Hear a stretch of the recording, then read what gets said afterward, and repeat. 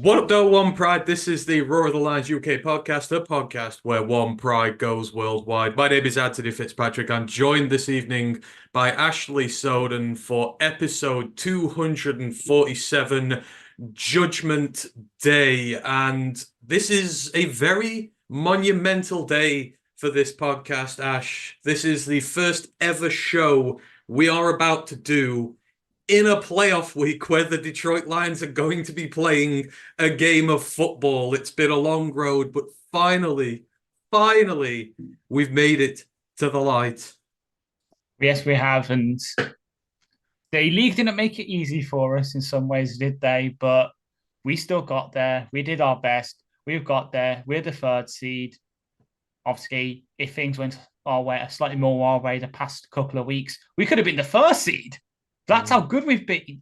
But I'm happy with the third seed. We'll come on to it. The team are playing.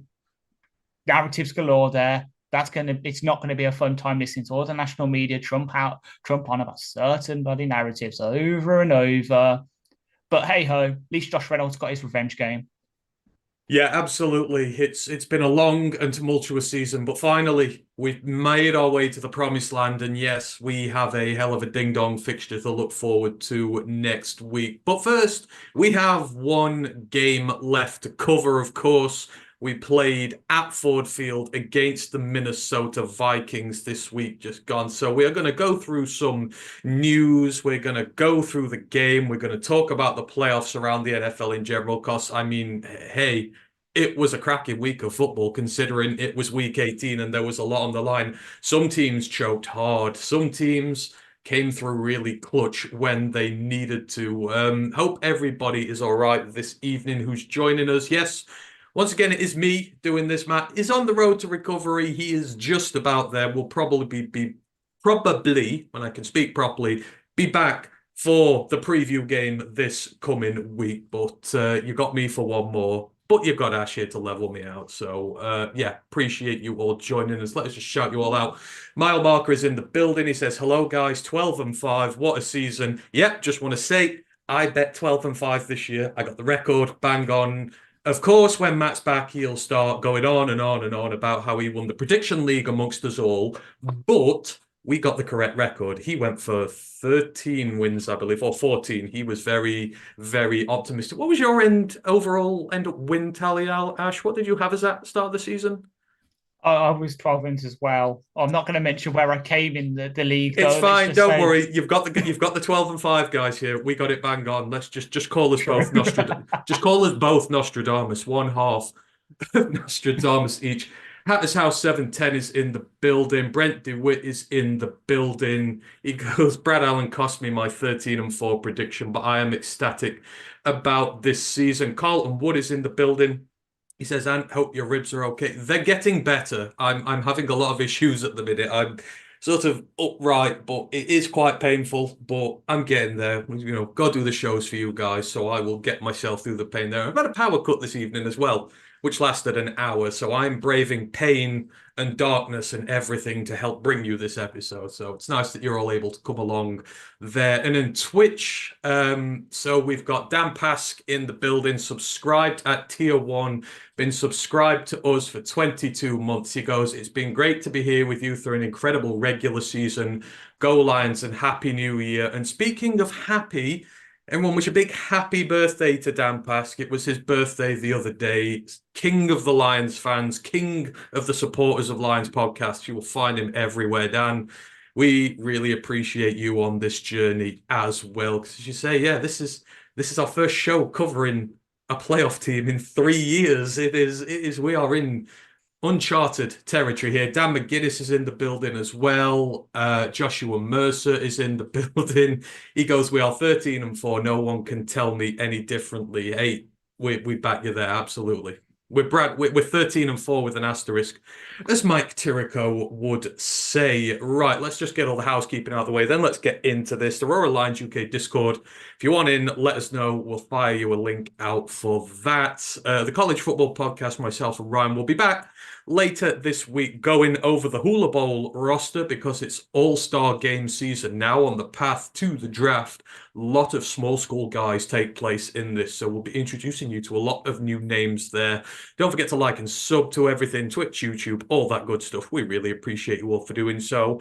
Don't forget about Lions Nation Unite as well, Herman Moore's app, bringing together all the best in Lions content creators from YouTube land into one good, easy-to-use app. Don't forget we are a Twitch affiliate. We are monetized on YouTube. And we have a tip jar as well, so if you want to help that way, great. But we just love having you all in the building. And we've got a feedback form as well, so any suggestions or anything for the show, just fire them in there, and we will get to looking at it. Right, let us go straight into the news. And, you know, there's only one place we can really start this week, Ash. I know we're doing a review show, and I know we're going to be doing a preview show eventually, but there's just one thing. The NFL got what they wanted, maybe through some shoddy officiating, some money exchanging hands, but the playoffs, the Detroit Lions, for the first time in 7 years, are going to the playoffs. This is going to be their first home playoff game in 30 years. I checked earlier, and the song that was #1 in the charts back then was Black and White by Michael Jackson. So that's how far back we're going. You weren't even born at this point. Exactly. But the point is, our opponents, the LA Rams, and of course, our own formerly beloved Matthew Stafford at quarterback. And King Lear once said in Shakespeare, the wheel comes full circle. And for us, this is going to be the full circle of a process, Ash, that began 3 years ago when newly appointed GM Brad Holmes came in, traded away the heart of a team that only had a heart to give at this point. Matthew Stafford, of course, wanting to go to the Rams. Brad let it happen, got the haul of picks back, got Jared Goff back in his stead. The Rams, of course, instant success out of the trade, winning for a year, then going to a Super Bowl, winning a ring, winning the whole damn thing. For us Lions fans, we've had to take the hard path on this one. We've had to wait for the draft picks to develop. We've had to wait for Goff to find his confidence. We've had to wait for this team to build. And now finally, 3 years on from that decision, we're about to see whether Brad's gamble paid off and whether we're going to be able to put the sworn enemy to bed. Stafford's back. Goff's going to be in his revenge game. Brad Holmes is going back to the team who he helped make for that Super Bowl run. This is, you know, they say if Carlsberg did NFL games with narratives and storylines, they'd probably make one like this. It's true. And it's going to happen in 6 days. Exactly. Yeah, we could see it happening from a few weeks out. It was setting up for something like this. We were saying it last week. It was either going to be this with all these narratives, or it was going to be the Packers with all those narratives. They've set it up, as I said, they've set it up really well overall in terms of wildcard weekend, because I think you have Tyreek Hill going back to the Chiefs. You've got all these different narratives all setting up, and obviously, as well as it came out yesterday, because there's so many narratives, we're now the primetime game, which meant when I got into work this morning, I had to hurriedly send an email to my manager and be like, can I have next Monday off, please? Something's come up. Luckily, I've got it off, so you can sit here and watch me freak out as things go here, there, and everywhere. But I'm excited at the same time because it's going to be a lesson in delayed gratification for us. As you said, initially first year, they won the trade. They got Stafford, they win the ring, everyone's happy. Andrew Whitworth gets his lovely retirement. Aaron Donald gets to say, I'm retiring, but now I'm not. McVay, I think, or even suppose he did it. Now we get to show why we won our side of things. Goff doesn't have the heights maybe that Stafford does when Stafford's really on, as we saw. He's great. But him with JMO, who technically we got with that pick. We've already with Gibbs, who technically got with the other pick, and then with Kirby. Let's show why we won our side. It wasn't just the Rams winning. We won our side. We're the better team now. I know the Rams have been pretty damn hot the past couple of weeks, and they're not to be ignored, as we'll come on to the preview podcast, and then hopefully with my new improved preview articles as well, that hopefully people are liking the new format. That's overlooked, but we're the third seed for a reason. They're the sixth seed for a reason. Let's show why. At home, get the first home playoff win since 1957, Yeah, supposedly. That's how long it's been, supposedly, from what I've seen. yeah, it's been crazy. I would hate to think what the number one song was back then. Probably, God, I don't even know who will be round at that point. You may get some great blues artists. It might be BB King or something like that. He would have been back then. But yeah, this for everyone who's wanted this, and I get that why you want it, and I get you want to prove this wrong, but there is so much at stake here for the Lions because, as you've said, if we win, this is a harbinger for everything that's happened. It is almost, it is a vote of confidence in what's gone on here. But on the flip side, if we lose and they knock us out 3 years down the line, this is going to have repercussions for a long time. This is the scale of what this game is. I think it's impossible to say the magnitude of this game for the Lions when all's said and done. Yeah, it's really not like you can't, because this is what we've been aiming for. We have not reached this, as I said, for 30 years. Well, we haven't reached it for 7 years. We haven't won a game for 30 years. We were constantly there where we were getting there, just couldn't win it. Now's that time to finally get over the hump. Do what Matt Patricia, bleep it out. What he was supposed to do when he came in with those Caldwell teams. 9-7, 9-7, 9-7. Let's show that we've actually now got over that hump and we're going to be like the Ravens, the Chiefs, the 49ers, the Eagles, the Cowboys, these perennial playoff teams who are constantly there. Next, as we'll come on to in a few minutes, next year's schedule is not going to be as easy as it was this year. We're now playing those first place teams everywhere else. It gets a damn lot harder. We need to show that we can stick around and be with the big boys, because otherwise we're going to turn into last year's Giants, this year's Saints, and potentially Bucks. Last year's Vikings. Last year Vikings, where you have one good year, you make it, you look kind of good, and it's back to mediocrity. We don't want that. We want to be like the perennial players now. We've got ourselves to the dance. Let's not get chucked out for spiking the punch so quickly. Let's have a few turns with a couple of nice ladies, see what we can get out of it. Nice few kisses, maybe something more. Now's the time. So, yeah, we will be back later in the week with the preview for that. We will dive into the storylines more. We will dive into the stats more. I mean, there's all sorts in it, but my favorite part is Mike Tirico's going to get to call it. So when we win, I'm going to get a shirt which says asterisk this, and that is going to be on there because I remember this is full circle for everything, for the trade, for the commentators, for the players. Man, it's going to be good. And that will be taking place on Sunday in the late slot, Sunday Night Football. As Ash said, we are all going to be up till about 5 a.m. and probably pulling an all-nighter if they win. And Monday, we won't be going to work. So, yeah, if you're listening work, yeah, you ain't going to see us. That is just the nature of this. Anywho, we'll be back to the Rams later in the week. Let us move it on. A few other bits to go through. And, of course, regular season is over now, Ash. The first Monday happens. And they call it Black Monday for a reason, because people start getting fired, GMs, head coaches going all over the place. We'll do a full rundown of those later on in the show. But what it also means is that the new potential crop of head coaches and GMs are being sought out and interviews are being requested. And the Detroit Lions have already been hearing from teams, more specifically the Washington Commanders, who have put in requests for offensive coordinator Ben Johnson and defensive coordinator Aaron Glenn as they begin their search for a new head coach, because Ron Rivera is toast. They cannot have any in-person contact with them till after the NFL divisional playoff round, which is the week after next. So it's a few weeks away, but they've put in the request early. I don't like the fact that teams could do that because I think it's a distraction, but maybe that's a discussion for another day. But we knew that coaches on this team were going to be in demand, Ash, and it's taken one day, and the requests are coming in thick and fast, and the Commanders make first move on us.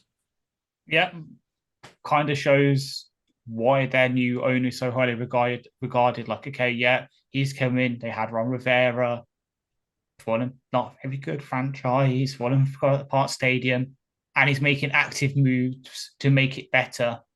Unlike a certain other owner owns another NFC team who is currently now looking for a new head coach and GM as well, a bit further south, who play in blue and silver. Won't be surprised if they also put in requests. We're going to get a lot of requests, I think now. Ben, Aaron, Ray Agnew, maybe even, God forbid, Brandon Sosner. There's someone, obviously, Eric kind of mentioned him, I think it was last week when he was asked about it. We've got a lot of damn good talent now in our front office and in our coaching staff. And we're showing why it works. The teams are going to be looking at us with envious eyes, thinking, gimme, gimme, gimme. They're going to be like the toddler in the toy store. Well, not just the top five. They're going to be like me in the toy store aisle in Toys R Us when I was 4 years old, looking at that lovely scuba army action man. Gimme, gimme, gimme. They're going to want it, but they're going to have to wait and be good boys and see if they can save up enough pocket money to get them, because Ben's going to cost a hell of a lot of money, as we've heard from Josiah Anderson before, if he does go. And then Aaron, he's probably going to command a pretty penny, because we're talking about the number one defensive coordinator in the league, according to the NFLPA. I love. People still freaking out about this from a franchise. Like, he's not even that good. I'm like, you're just misreading it at this point. Then, if you think it's to do with like his ability to scheme, you're completely misreading it. It's like kind of thinking that bloody Twilight is an actual good representation of how team relationships are. You're completely misreading it for what it is. Like, we knew it was going to happen. Kind of pisses, as I'm the same with you. Not it's happening now. They should wait until they've actually done all their business, and then you can do it, because, as you say, unfairly distracts. Maybe Aaron Glenn is thinking, oh yeah, maybe I need to sort of soften the blow if I go, thinking about the money. Ben, I trust him, but at the same time, he hasn't been the best scheming. We don't want these distractions. We need to be 100% focused on this on Sunday. And then if we win, then the Sunday after, and so on and so forth until we get knocked out. Then they can think about next year, because right now there's more important things than who's going to be where in September. Yeah. And as I've said already, somebody needs to take Hank Fraley's phone off him, disable his internet, send him on a trip to a cabin in a wood for 6 months where he can't contact anybody in the world, and he'd be left the hell alone, and he'd be protected at all costs. So these guys are fine, but I don't want him going anywhere. But it's going to happen. We're going to get a lot of interest. Like you say, not just front of house, back of house as well. GM guys, cap guys, all that sort of stuff, because we have a damn good setup here. So going to be getting nervous now. All these teams are making big changes around the league. And like I say, Washington, they're bringing in some very creative, clever minds who know how to build franchises, who can spot talent. So this isn't the same shoddy organization it's been in the past. So anyhow, we will see going forward with that. But Aaron Glenn, Ben Johnson, both wanted by the Commanders currently. Updates from Dan today in the press conference regarding injuries from the weekend. Obviously, the one everybody wants to know about. Sam Lagota, our goated tight end, who is the best tight end in the NFL, and you can't tell us otherwise. Knee injury looked pretty bad during the game. However, Dan has come out and said it's not as bad as it looked, but it's still bad news, which kind of feels like a bit of a juxtaposition, but hey ho. The reports came out after of a hyperextended knee and bone bruise. And today Dan said, we're talking days, not weeks. In 48 hours, we're going to know a lot with him. But he's got an outside shot of playing Sunday. Did add the Lions are not actively considering outside help at tight end as well. So put away your Ertz puns now for Ash. I don't think of any Ertz puns out there, but you know. That really irks me to hear. Oh, good Lord. Oh, I can't put the Mike McDaniel gif up on stream. Kind of, God damn it. I'm going to have to do that one day. I could just have a picture right next to me, which I can just raise and it be there. I might do that actually. I'll print out a big copy of it. Khalif Raymond had a knee injury. He's maybe a little further away than Laporta per Dan today. They are considering multiple replacements for him, including Donovan Peoples-Jones at return. And it's a shame because he was returning like a champ on Sunday. Jameson Williams, of course, missed last week with an ankle injury. He should be good to go practicing on Wednesday. Brock Wright thinks Brock's going to be good to go as well, which would be great if Sam's out. He'll be out there practicing. James Houston will also be practicing this week, but we'll see. I'm not as optimistic about him. And generally, when Dan's down on a player, he's down on a player. They don't magically get better, but sort of a little bit of mix of good and bad there, Ash. I think overall, no one's out for the rest of the season, but we did take a few knocks and a few interesting situations to keep an eye on regarding the injuries. Yeah, of course. I've also put in good news for Laporta because it did look, there was a load of contrasting reports, and some of them we were talking like TJ Hawkinson level injury, which reminds me to say, I wish a merry go fuck yourself to Clap Stan, the Vikings fan, who honestly, I don't know how he still has a Twitter account at this point because some of the shit he's come out with over the past couple of weeks, disgusting. Just good to hear that Laporta can at least, if we get to the divisional round, he should hopefully be back. And then we've got an added weapon. Also hurts about Leaf, like as you said, that dude was popping returns. Like obviously we didn't have the stream yesterday because both you and Matt weren't feeling too good, and honestly, you don't want to put my complete chaos unleashed on everyone on by myself, which is good, which is a good call. Because I was screaming and shouting yesterday, especially on that massive return he had the first one, which he took to like their 45. I was thinking that's going to go the entire way. Like we've been missing that Leaf past couple of years, being up there as punt returners, still kind of doing it, but hasn't been as good. That was him getting back to form. He finally was reading the blocks correctly. Everyone was blocking right, weren't blocking in the back, and he was getting big returns. So that's a big pain. Obviously, I put DPJ in there because they mentioned him, but as off our own Ryan McCluskey quite famously put on Twitter for Pride of Detroit to reply to, JMO and Gibbs have both done it for Bama as well, and Gibbs also has done it for Georgia Tech. For those who watch JCC, so we've got options there. Hell, Khalil Dorsey, that's the reason he's on the roster because he was our backup kick returner. You've got options there basically. But yeah, it's good to hear that JMO and Brock will be back because those are two athletic pieces in this offense. Like we forget because Laporta's been so good this year. Brock was damn good as a tight end one last year, and that's a guy who was a UDFA. So having him back, so our tight end one from last year, he wouldn't be as good as Laporta because Laporta, as you said, has been one of, if not the best tight end in the league this year.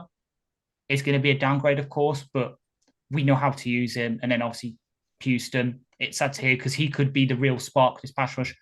Aiden's hit the ground running the past couple of weeks, exploded. Now one of 5 players in PFF history to have charted over 100 pressures. Join it, well, him and Parsons joined it this year, but then it was Max Crosby, JJ Watt, and Aaron Donald. That's elite company. To have someone like Houston who, yes, he doesn't run defend as well as we'd like, doesn't pass over as much like for the Sam linebacker as me and Matt beat people over the head with in the offseason. He's a damn good third down pass rusher, and having him in these situations where you can bring him, especially with this new discovered blitz packages we have the past couple of years, to create pressures because to come to, I think we had like nearly 30 pressures yesterday. Having him in there would have just took it to the next level.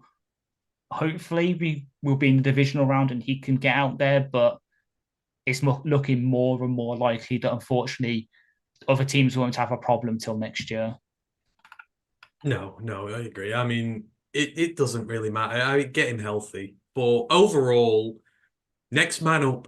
I mean, this is what we'll talk about Dan's decision to play all the starters later, but when a guy goes out, an opportunity arises, and James Mitchell came in and he made some plays yesterday. The young man did. He made 2 specifically that really came to mind to me. Brock Wright's back, so, but yeah, seems optimistic. If we don't get Dan next week, if we're able to get past the Rams, we should certainly have him back for the divisional round. So that is where we're at with the injuries. Nothing too bad. And of course, Aleem McNeil and CJ Gardner-Johnson. CD Juice, sorry, I will get there. CD Juice. Both of them came through unscathed and looked damn good. I mean, our defense did look good in parts. So that is everything for the injury report. And then very quickly before we go into the game, schedule's out next year. Of course, we've finished the regular season now. We only needed that to know who our last few opponents were going to be. And we'll obviously we do the schedule reviews and, schedule predictions and that, but we can have a little chat about what it's going to be right now. So, in terms of Detroit's 2024 opponents, of course, we're going to have 6 games against the divisional opponents as always. Then we're playing the NFC West.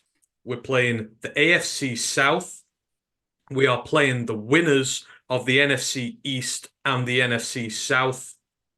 And we are playing the winner of the AFC East as well. So we've got 9 home games against the Packers, the Bears, Vikings, and then we've got the Rams, the Seahawks, the Jags, the Titans, the Buccaneers, and the Bills. And then we've got 8 games on the road.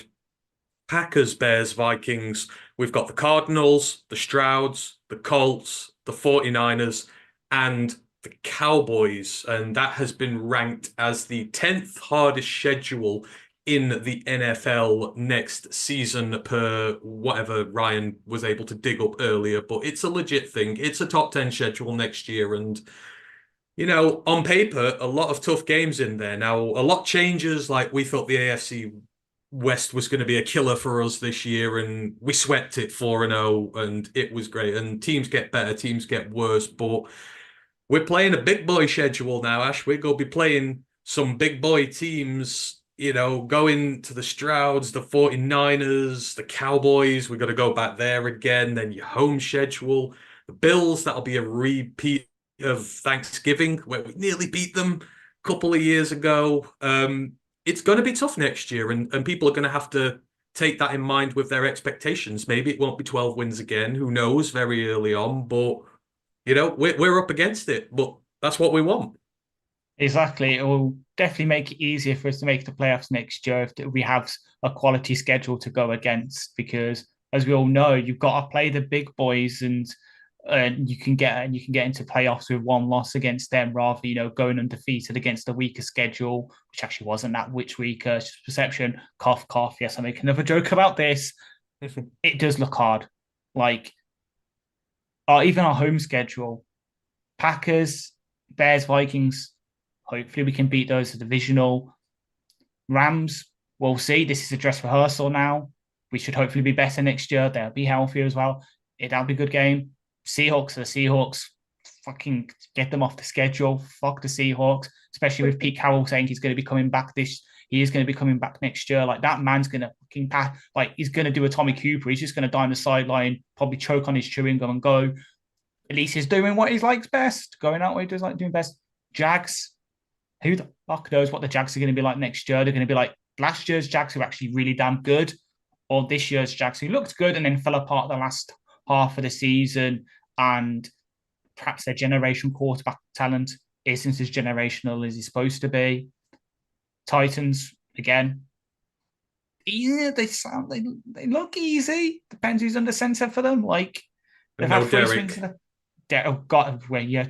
He's supposedly not coming back to. That's what I mean. No Derek. Yeah, no, exactly. No Derek. Is Levis going to be like, he's showing flashes? Is he going to be good? God knows. Like, the Bucks. Well, seeing what happens with the Bucks when we play them. Mayfield's not that good. It's not that thing. Bills. I know Matt's on the course. He's going to hate this. I think if we can keep this, again, I know turnover is a lucky thing. I have faith in us now to beat the Bills. We came down good close last year at Thanksgiving, and that was with a weaker team. We could have a chance of getting it. And then the away schedule, like Cowboys, 49ers, and the Texans. Jesus Christ. Like, I know the Texans were picking like second overall last draft.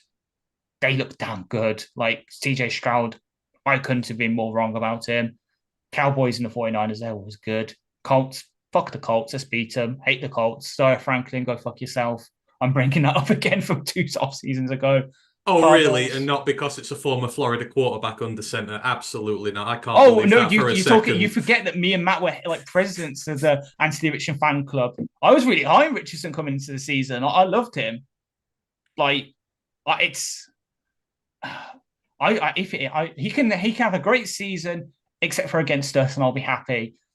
Cardinals, the Cardinals for some reason we always have crazy games. Like Brian will probably get his that'll probably be the game he'll predict for overtime, and he'll be correct to this season. And then the division. Lambeau doesn't scare me. Soldier Field, eh. US Bank Stadium kind of does. Like as I said with our preview, atmosphere there could get really damn good. They've got really good offense. It's not a cupcake schedule anymore. We've got the big boy games. In the words of Tallahassee from Zombieland, it's time to nut up or shut up. Exactly. That is it. Best teams have to face the best opposition year in, year out. We're going to have another 4 top 100 draft picks, another free agency class, ridiculously good young team. So I am going to go into it with no fear. Anywho, that we will get on to over the summer when teams and schedules begin to take shape. Let us get in to the game now, what we all came to talk about, the Minnesota Vikings at the Detroit Lions. Lions end the season with a victory, 12-5. We've had that many victory Mondays this year. I don't know what to do with them. I'm running out of material to announce them, but it's been a great season. The Lions obviously played their starters.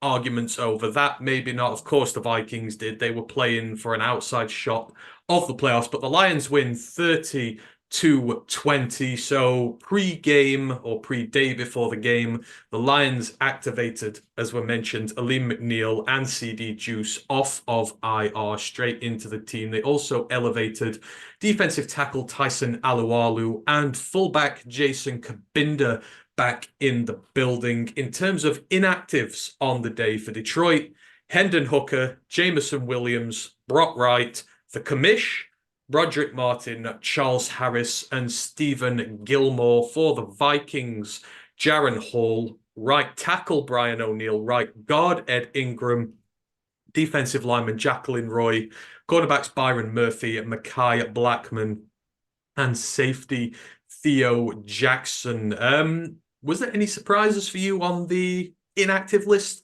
before this one, Ash? For either team? Commish.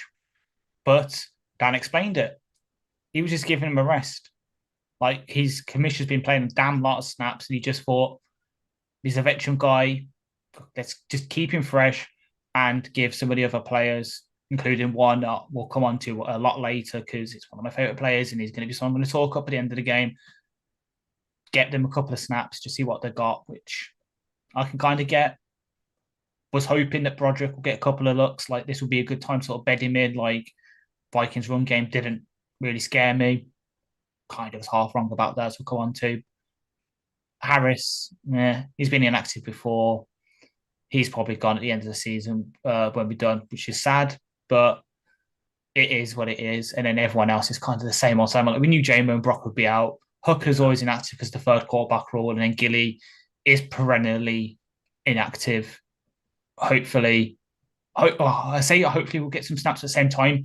It will take a lot of injuries in the secondary, and that's not what we need right now. So hopefully, he can just continue marinade, getting his game day stuff, and then next off, sit in the training camp next year, stake his claim for cornerback 3 for Minnesota. Who really cares? Like Jaron Hall pains me, but third quarterback role, Brian O'Neill, Ed Ingram. Right side of their line actually looks good without them, which is surprising. Jacqueline Roy's a run stopper, who cares? Byron Murphy, he's been injured for a while. They don't really care. Mickey Blackman is actually their best corner, which pains obviously me, you, and Rye because we all laughed at that pick in last year's draft. Like, what the hell are they doing?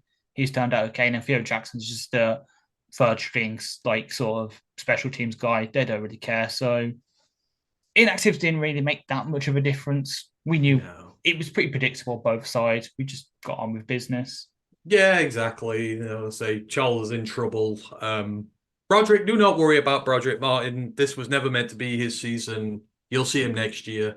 That's always been the plan with him, and then we'll see with some of the other guys. So how we're going to do it this week, we'll do the game drive first, and then we'll talk about the stats, and that afterwards we'll mix it up a little bit. So I believe as you were saying in the preview the other day when we did this, Lions, they won the toss and they didn't defer. We like to see them get the ball first, and I knew there'd be a little cheer from you there, but that is Yes. what the Lions decided to do. Unfortunately, to start the game, the Lions went 3 and out, 1 run, 2 passes, 40 seconds off the clock. Not really anything to shout about going there. However, Jack Fox, who had one of his best days in a very long time, absolutely marmalized the punt all the way to the Vikings 10. And then the defense started to take over. Jack Campbell absolutely jackhammered Josh Oliver into touch on a first down reception. He was in midair when he catches it, and Goldberg would have been proud of the jackhammer that Campbell gave to him. Ty Chandler did get a first down run, but then the Lions forced a stop at midfield. Josh Pascal, going to hear his name a lot tonight, forced a hurried third down incompletion, and special teams on the back of this stepped up again. Khalif Raymond with the punt return from the Lions 8 to the Lions 48 to set the offense up. It was a great return from him. Dan Skipper reported in as eligible on the first play of the drive, and it is one of the loudest cheers you will hear at Ford Field all day, given everything that went on last week with the Cowboys. Goff finds Amon-Ra, shrugs off a Caleb Evans, gets 36 yards. He then gets another 13 on the very next play on a screen pass. Monty grinds it all the way to the 3. And Sam Laporta with the easiest touchdown of his life. He initially slips. I think he's trying to block, maybe not, but he slips. The defense forgets all about him, and he just runs all alone into the end zone. Goff sees him on a late read, chips it over to him. Sam Laporta's never going to have an easier catch in his life. 7-0 to the Lions. Defense comes up big again. Then a blitzing Jack Campbell drops Mullins for a huge 9-yard sack. Vikings then get pinged for illegal formation, which is declined, leaves the Vikings at 3rd and 17. Matheson gets swallowed up on the check down by Jalen Reeves-Maybin, and the Vikings have to punt, and Lions get another decent field position. St. Brown gets 10 yards, Laporta gets 8, but then they get stopped on a 2nd and 3rd and 1 to leave them 4th and 1 at the Vikings 45. We know Dan Campbell by now. None of us seriously thought he was going to punt this. He doesn't blink. They give it to Jahmyr Gibbs, and he converts. And when I say converts, he converted by the length of a human hair. It is so close, but they are able to get it done. And on the back of this, Jared Goff unloads first-class airmail to Khalif Raymond all the way down to the Minnesota 3. It's so unlucky that it's not Raymond's touchdown. But then the next play, Jahmyr Gibbs gets the toss. He runs all the way round to the right pylon to convert for a touchdown. James Mitchell and Sam Laporta block like champions on this play. Mitchell's coming across the formation. Laporta's already out there, and they just absolutely banjacks both their blockers, and Gibbs is able to walk it in. The Money Badger misses the kick, though, as kicking continues to be a problem for the Lions. It's 13-0 by this point. Vikings next drive, Chandler gets the run for 14. He then gets a run for 12, but the Vikings are pinged for holding. 1st and 20 then becomes 3rd and 30 as Josh Pascal harasses Nick Mullins into intentional grounding. But somehow, which something we will have all been pulling our hair out at, Nick Mullins finds the tight end Johnny Munt. He clings on for dear life and jumps over the marker, and they convert a 3rd and 30, a blemish on a great first quarter. But then Aleem McNeil, he wrecks Dalton Reisner, pile drives Mullins into the ground for an incompletion. Short Chandler run leaves the Vikings 3rd and 8 at their own 48 as the quarter expires. I mean, this was a really good start, Ash. The offense started cold, but the special teams gave us the spark we needed on both sides of the ball. And then both sides just went to war with these guys, and it was a very impressive start from the Lions. It really was. Yes, obviously, first drive didn't go so well. We move. We used to slow starts with us. We got a warm up into the game, but then yeah, our defense just comes out. Campbell slapping Josh Oliver around like it was nothing, showing his bulk, and then Pascal, my guy, starting off his game well, continuing because he means to go on with just the constant pressure on Nick Mullins and a PFF. Didn't really love his game, as we'll comment to later. Pascal showing why we drafted him, and the offense after that initial blemish of coming out for getting a 3 and out just went to work. Big passes.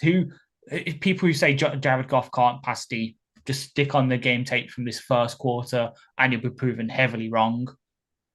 Did it pretty much everything right, and it was nice. It was nice to see another team pinged for a legal formation and actually be correct this time. Like the refs did good when Dan actually comes out and says, you know what, they actually did a really good job. They love Brad Allen, which makes me half sad we don't have him this week. Though the ref crew we do have is actually a pretty decent one, less than 10 penalties a game, and hasn't made an embarrassing balls up in front of the entire enthroned like certain other crews. So hopefully we'll have a good game on Sunday. But yeah, this first quarter couldn't have really asked other than us scoring on that first drive. Well, that and giving up the 3rd and 30. How many times do I have to say I would prefer to be in 3rd and 3 than 3rd and 30? Because for some reason the secondary just switches off. It's like me trying to listen to like a lecture about like electromagnetism or mechanics or something like that. Eyes glaze over. They don't know what's going on. Give up the big pass to Johnny Munt, man. Like, could you pick Johnny Munt out of a lineup before this game? Can you pick him out of a lineup any now? of their tight ends of a lineup out of this game, but you can see Anzalone running around trying to sort them all out before, and you're like, come on, this must be pretty simple to line yourself up for. And he's moving players here, there, and all over the place. And you're like, oh God, it's coming. In fairness, it's a really good catch because he knows he's going to get clouted, and he gets it. And he's completely vulnerable, and he's hanging on for dear life. But I mean, I felt it felt like men versus boys in that first quarter, just because of the domination on both sides of the line. You're running the ball well, you're protecting Goff well, and a lean back just seemed to spark the D line into life. Exactly. Yeah. Well, we know Aleem is sort of this. I know obviously everyone picks out Hutch. Aleem is the straw that stirs the drink on that defensive line because of what he can do from both the 1 and 3 tech in our scheme. He can demand double teams, opens things up for everyone else, makes Hutch, Pascal, Romeo, makes all their lives a lot easier. Long may it continue. What a clean-up game for him. Like, it didn't look like he missed a second. He was just right back in there, causing utter domination from snap 1 to the last snap he played. Love to see it. We love to see it from Twinkle Toes. He embarrassed Dalton Reisner on that one where he got through for the it's like, and he's a good guard, and he just absolutely could not live. They were struggling with him all game, but dominant first from the lines, and you're thinking, yep, starters are in, they're playing well, they're looking good. Second quarter starts with the Vikings false start. So that 3rd and 8 they had goes to 3rd and 13. Anzalone takes down Jefferson, leaves the Vikings at 4th and 6 in midfield. Kevin O'Connell goes for it, and in fairness, Mullins makes a great play. The pocket collapses. He runs for the 6. He runs to Alex Anzalone to get it. And to make matters worse for the Lions, Vildor gets pinged for illegal contact, and that gets added to the run. So from 4th and 6th, they get 11 yards. Very frustrating for us.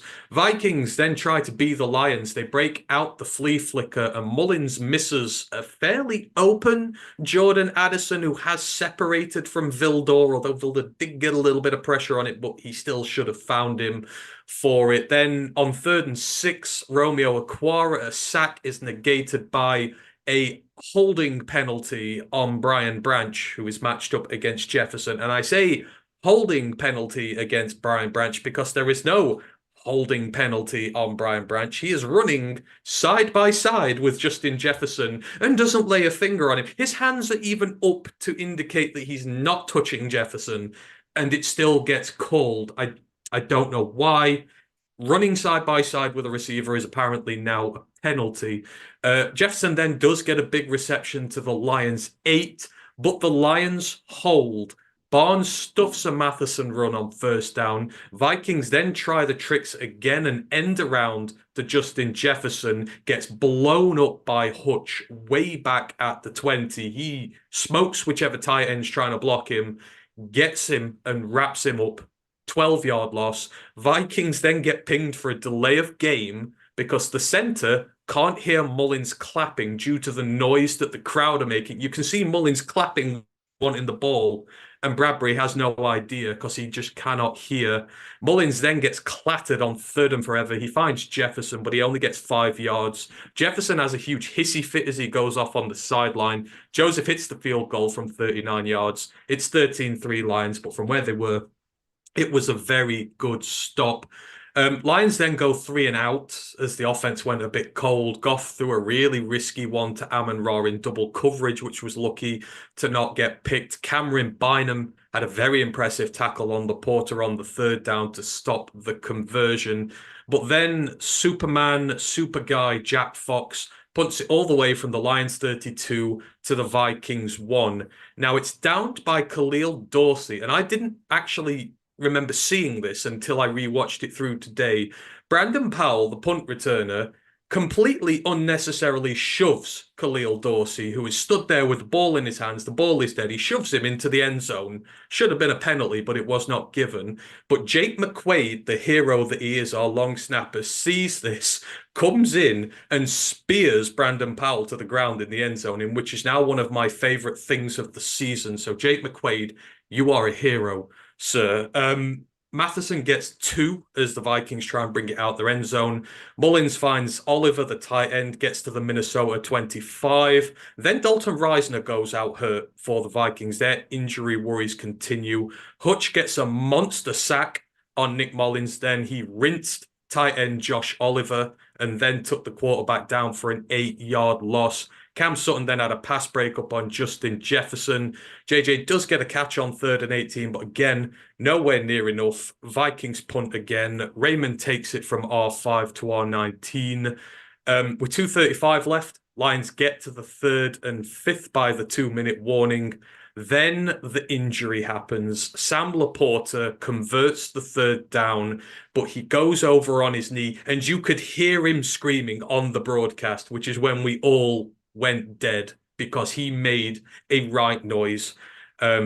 He gets up, thankfully, walks off under his own power. We've heard about the injury now, not torn anything. Amon-Ra then gets a really bad spot on a 2nd down. He got to the line to gain and he got over, but it was given as a 3rd and 1. Gibbs gets swallowed up on the 3rd down run, forces a punt. Powell returns it to the Minnesota 34 with 72 seconds left. Their special teams then get hit with a penalty for 15 yards, so it takes it all the way back to their own 19. But the Vikings, Jefferson for 30, Jefferson for 21, Chandler gets 14. The drive then gets stopped at the Lions 22. Hutch sacks Mullins again. This time, he absolutely destroyed the right guard, Blake Brandell. For that, he gets a 9-yard loss. If he covers Jefferson well on 3rd down, the Lions hold the Vikings to a field goal, and they go into the half 13-6 down. And kind of a problem that's been indicative with this team, Ash.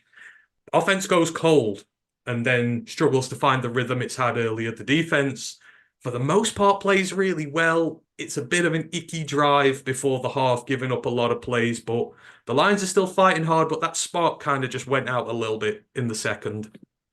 Yeah, it did. Obviously, partly excused by obviously our 2nd best receiver getting injured. Rest up, get well, Sam. We need you. But yeah, it actually kind of the inverse of the pattern of the regular season so far. We're usually cold in the 1st and 3rd quarters, really good in the 2nd and 4th quarters. Kind of was the inverse here, at least in this 1st half, where it came out really hot and then things fell apart. It kind of, obviously, didn't want to bring it up at the time, and obviously with hindsight, it never was. Felt a bit like the Saints game where, again, we just came out explosive then, got a massive lead, let them back into it. Didn't really have those fears with this game. Like, okay, yeah, they won the second quarter, technically 6-0. We're still leading. We go in half, and we had our way with them. Like, Hutch gets 2.5, let's say, with that end around to Jefferson. Don't know if it should have been a sack tackle for loss. Depends on how you look at where Oliver was supposed to be. Was he supposed to be just blocking, releasing, or is he supposed to be blocking, just completely missed? Really depends. We do need to sort it out though, because we can't. If we go up against San Francisco, I would have said Philadelphia a couple of weeks ago, but how they looked yesterday, literally would basically be San Francisco and Dallas on our side of the ball, on the side of things now. Come against them, we can't afford that, because we kind of got lucky last week in Dallas's own thing. The defense played really well. We got lucky for the most part, holding them to 20. We might not have that luck next time. We need this offense to be fit and firing on all cylinders. And at least we got it out of our system now, rather than in 2 weeks' time when we play them. And we need that sort of second quarter to really just put our foot down. At least we got it out of our system now. Work it out. We've got a week now against the Rams, who, they have star talent, as we'll come on to on Thursday. Their defense isn't what it was a couple of years ago. They have some major holes that we can pick on. Let's do it. And for our defense, it was kind of really frustrating, wasn't it? Because they're making so many good plays, especially at the line of scrimmage. Hutch is just a monster. The guys on the interior getting pressure. But then you get the 4th and 6th that they convert, and you're like, he shouldn't be getting there. You had the drive before the half where our prevent defense seems unusually bendy, let's say. It bends a lot. It was kind of like 80, I'd say 80, 85% like really good stuff, and then 15% just stuff that makes you want to tear whatever hair you've got left out and they shouldn't be doing. But for the most part, they are getting it right, but there are issues they need to sort still. Yeah, 100%. Like, I don't know, the defensive line isn't the issue right now. That's doing well. Linebackers do it. It's the secondary, it's the communication. We thought having CD Juice back in would help that, because he's the veteran guy in there. He's done a hell of a lot more than basically everyone else in that secondary, except for maybe Tracy and I guess Sutton as well. It just wasn't there. Like, there was, we were supposed to be doubling Jeff. Like, comes down to him. I think there was one. I think it was the Jefferson one for 21. He was supposed to be there on double coverage, and he just doesn't go that way, and Jefferson gets free. It was symptomatic over and over again. And I know it's something we can't fix until the offseason, when we can hopefully get a true number one corner, be it through free agency, though that's the least likely option, as I keep pointing out, through the draft or through trade. Until we get that true lockdown CB1s don't exist anymore, that sort of true CB1 who has all the physical talent and all the technical skills to handle wide receiver ones. This is how it's going to be next week. If the botting odds are out already, I'd put a hell of a lot of money in like Puka getting over 100 yards, because for some reason we give up massive plays to the wide receiver ones, but everyone else doesn't really get that much. Like, even KJ Osborne in this game, for the most part, it wasn't like it was 2 weeks ago when he was absolutely destroying us. If anything, like, it was Addison stepping up. Love to see that for them. Rookie receiver, and Johnny Muntz, man, who obviously had that big play. You look at everything else, basically 6 yards catch. We held everyone else in check. It's now just time for that last thing to come on that defense in terms of locking down Justin Jefferson, DJ Moore.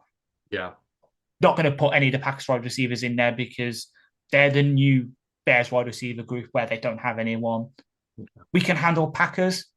Now it's time to see if we can handle Bears, Vikings, Rams, Dallas, Philadelphia, all the big teams that we're going to be facing over and over again now to prove ourselves have wide receiver one. We need to be able to combat that, and until we can, we can't be fully satisfied with this defense. But as soon as we do that, something else will crop up. You know how things can't ever be perfect. Something else will crop up. Suddenly, tight ends will suddenly become our weakness again, and then I'm carry the sword, because I'm like, for fuck's sake, here it is again. Why can't we handle bloody Johnny Muntz? Why is he getting 120 yards? Yeah, I mean, at the end of the day, he keeps throwing for 400 yards on his Mullins does, and he loses. So hell, I'll take that at the end of the day. I just hate Justin Jefferson. Dude, like, is our kryptonite. Like, I just hope he tries and fleeces the Vikings for 50 million and they trade him and we never see him again because I don't ever want to see him again. But yeah, it was a fairly competitive first half. So Lions go in 13-6 to the good. And then the third quarter comes along, the ones we've traditionally struggled with. Of course, Minnesota get the ball because we had it to start the first. Chandler rips off a 19-yard run to get it going. Romeo Okwara then gets a near pick. Mullins gets completely crowded out, and he basically fires it right into Romeo's body from point blank range. There's no way he can catch it, but it was a good block per se. Lions get the Vikings to a 4th and 3rd at halfway, and they go for it. The throw and reception to Powell is called short. It's a great tackle by, I believe it was Cam Sutton, but I am up to be corrected if that was wrong. It was short by just a little bit, but the Lions turn it over on downs, give their offense great starting field position at their own 43. First play, Goff goes deep for Amon-Ra. And when I say deep, he kind of overthrows him by about 20 yards. I think Goff put every single last bit of energy he had in him into that throw, and it was nowhere going to get there. But it was a JMO play. It was a JMO play. It was JMO's play. Amon-Ra doesn't have JMO speed, and you can tell. JMO would have been 20 yards further down the field. Amon-Ra wasn't. But, anywho, they end up at 4th and 1. And, of course, Campbell go, we don't punt on 4th and 1 at midfield. And it's a lovely play-action pass to Donovan Peoples-Jones, of all people. He had the 3rd down reception to get them to 4th and 1. It's 20 yards. Goff moves out to his right, fires it right over towards the perimeter. Nice catch from DPJ, 20 yards, moves the chains. And then the biggest cheer of the night, potentially, as Ben Johnson calls up a receiving play for Dan Skipper. Like a screen pass to the outside. Skip gets 4 yards, and honestly, you would have thought the Lions had won a Super Bowl when everyone realized who got it and where it was going. And Dan Skipper's face, like, it just melted me. He looked so happy with himself, and it was just for 4 yards. But anyhow, I absolutely loved it, and he had great hands. It was a lovely catch. Anyhow, Lions get down to the Minnesota 18. Goff targets Reynolds in the end zone. He draws a DPI penalty, a correct DPI penalty as well, which spots it down at the 1. Monty fights his way in on 2nd down for the touchdown. Lions reestablish the lead 20-6. Defense then comes up big again for the Lions. They get Minnesota 3 and out, and on the 3rd down, Levi Onwuzurike, him of said fame, absolutely destroys Garrett Bradbury, shakes him off, follows Nick Mullins into the backfield, who's scrambling, looking for a target, sacks him to kill the drive, and it's a big loss from him there. And the punt, Raymond gets it back to the Lions 43. His return day was just tremendous. First play of the Lions' next drive, Amon-Ra gets a short 2-yard gain, but as he's on the ground, the dirty mofo named as Harrison Phillips, the Vikings defensive tackle, who is 100 pounds plus heavier than Amon-Ra, digs his knee into Amon-Ra's ribs and puts all his weight on him when getting up, and Amon-Ra has to go off to have it seen to. Thankfully, he's back in one play later, but it is one of the most disgusting things I've ever seen before, and he needs suspending for that. Vikings were really awful in this game, trying to injure our guys, and that was just indicative of what they were doing on the day. The drive did stall after this. Goff was lucky not to get picked. Joe Williams, the corner for Minnesota, it's right into his hands, but he decks it. Fox's punt rolls just into the end zone on the back of this. And then Vikings get it. Nick Muse has a 22-yard catch to get the Vikings going. Josh Pascal starts the next set of downs with a good tackle for loss. He smokes Christian Darrisaw and gets them to 2nd and 12, but Matheson gets the first down. Jefferson then with a wonder grab on 3rd and 10 for 9 yards on the perimeter. It was a great catch. Got them to 4th and 1 at the Lions' 38-yard line. They went for it. Mullins airs it out to Justin Jefferson, who loses Kindle Vildor touchdown. Lions 20, Vikings 13. The third quarter ends with Gibbs running the ball for 5 yards, but it was a bit of the good, the bad, and the ugly in the third here, Ash. Obviously, we've had our curse there, but defense comes out, makes a stop, a turnover on downs. Offense capitalizes on this, goes, gets the touchdown. Then it's sort of a bit to-y and fro-y, and then that last drive where they convert more plays, which they shouldn't be converting, makes it too close for comfort going into the fourth. Yeah, 100%. And if I'm going to trust anyone with the prognosis of Amon-Ra's injury, it is you who has suffered a slightly similar injury. Obviously, you have not had a massive nose tackle kneel on your chest like it's a yoga mat, but you know what a pain in the chest it is. Fucking hope he gets fined for that. Won't be surprised if people didn't know, because we know what the league's like sometimes. But yeah, it was a good third quarter. It was an entertaining third quarter, let me put it that way. Very entertaining. One of the best we've probably had this season. Was a bit to and fro, like as you say. We get the turnover on downs, capitalize on it.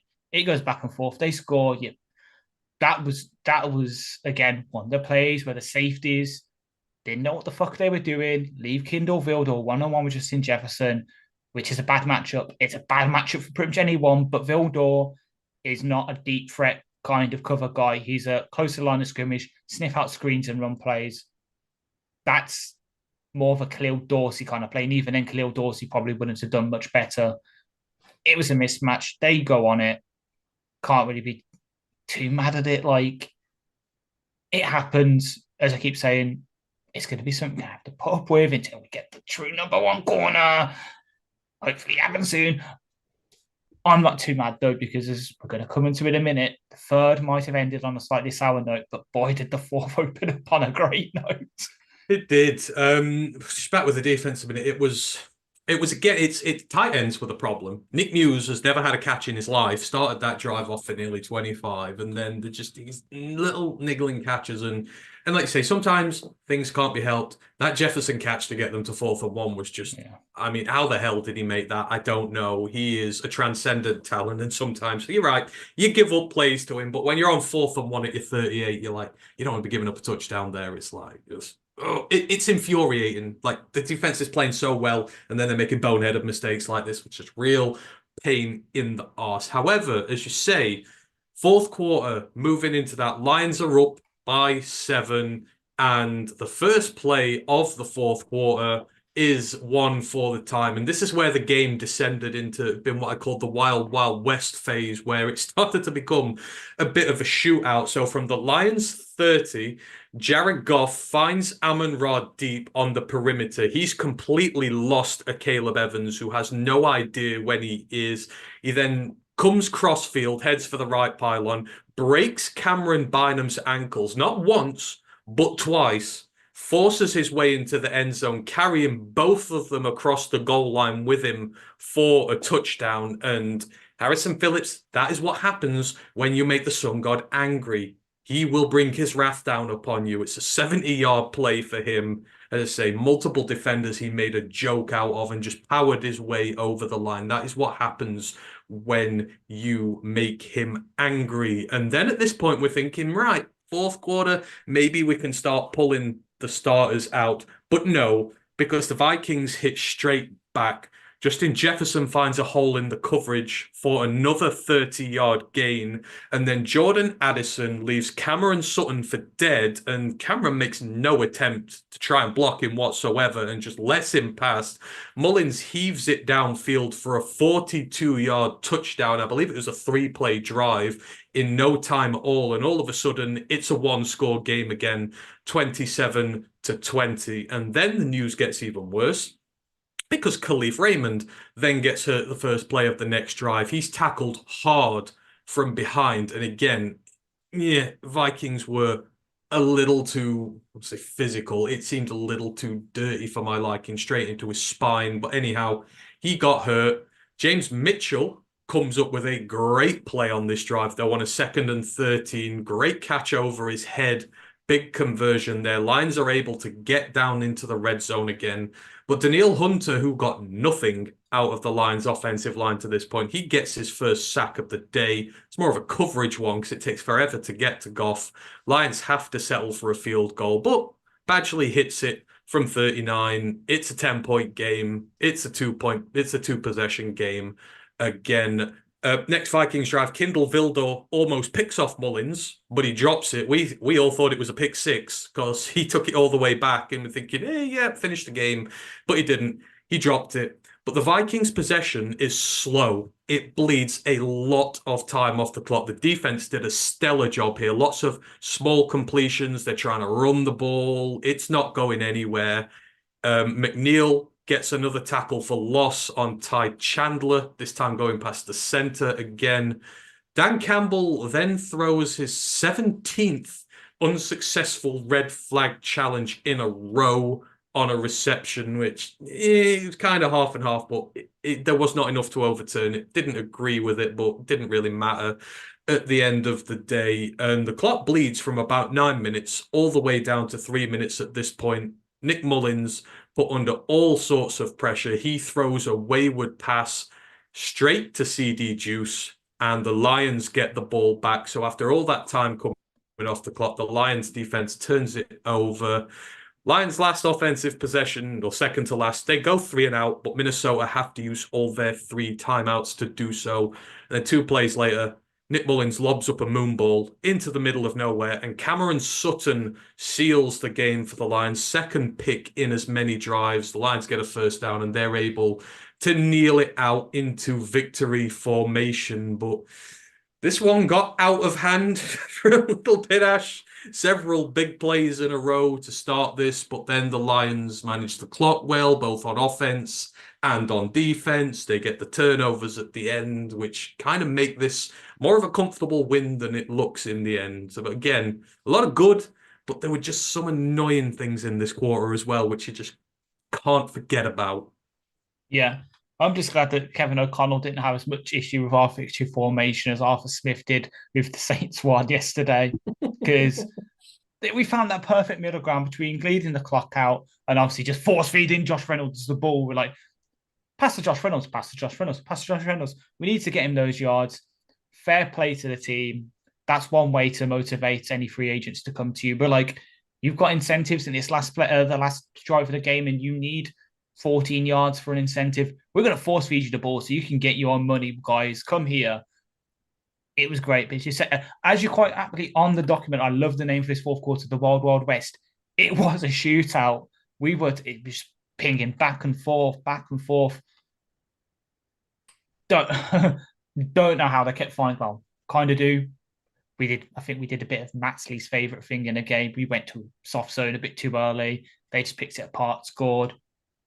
But when it came to it, we did what we needed to do. Like, we score coming out the first, give a great play. They hit back. We're like, okay, yeah, we're just going to keep scoring. Might not be a touchdown, just field goal, but it was enough because then pronus is on them. They need to get 2 scores. They have about 9 minutes left. And we just bleed the clock out, let them do it. And then Mullins makes the mistake. The only thing I didn't like is obviously the challenge flag. Like, Dan Campbell's had more unsuccessful red flags than an Andrew Tate doting show. Like, just at this point, like, I didn't disagree with it. I thought it could have been overturned, but I think at this point, Dan needs to learn that unless you're very, very, very sure about some things, don't challenge it because it's not going to go your way. Like, we know how these refs are. Like, we saw it with, if you've listened to the Dean Blandino thing on the BLP last week, the refs are it's like VAR in a way. It's like how VAR should be used. Unless it's clear and obvious, they won't overturn it. That's how it's used over here. Shame it doesn't happen over here. Or, they don't spot certain things. Like, I don't know, certain Sheffield United players flinging over that Ollie Watkins when he's going for a header. Cough, cough. I'm just going to keep dropping the jokes in so you don't do it for me, Ant. You are a team who had Ashley Young amongst its players, Ash. Let's not forget this. Like, we're slinging mud. I know there is a past reference, but we all do it. Yeah. But I mean, that wasn't a but dive. I didn't mention diving. yeah, I mentioned pushes in the back, illegal blocks in the back when people are going for headers. But yeah, true, true. Mullins, fair play to the guy. He lasted till about 3 minutes left in the game. Then he started serving the apple turnovers, and CD Juice, happy he got one, sort of gets him back to the good things. And then Cam Sutton, who's like the most like, oh, if there's such a thing as stat as like turnover unlock, he has it because he can make a load of PBUs, but he's always the bridesmaid, never the bride and those kind of things. He never gets the interceptions. He managed to get one this time. Hopefully, we'll give him a bit of confidence to start making a few plays on the ball because we're going to need it in the playoffs. I say we need all the luck we can get in the playoffs. Yeah. Hopefully, this motivates us because, yeah, Stafford, as much as we love the guy, again, keeping his first day, the dude turns over the ball. Perfect, like warm up for that now. So I was happy with, again, weren't happy with the plays we gave up, but I was happy with how the team responded to the plays we gave up, going match for match, because again, we might get into those kind of games. It might happen next Sunday. It might happen the Sunday after against the Cowboys. It might happen the Sunday after with fucking Brock Purdy and the 49ers. We need to know we can go toe to toe with teams where they score a big play and us. We're like, okay, we match that and go do it ourselves. We've got that mentality now, and that might be the little edge that we have over teams in a couple of weeks' time. See, a few things. With the Dan Campbell flag thing, my working theory is now that Dan is never going to throw a successful challenge flag ever until we're in the Super Bowl and the call wins us the game. Like, he might have 30 unsuccessful red flags in a row, and then we get to a Super Bowl. So Dan calls a flag, and it turns over a fourth down or something, which wins us the Super Bowl.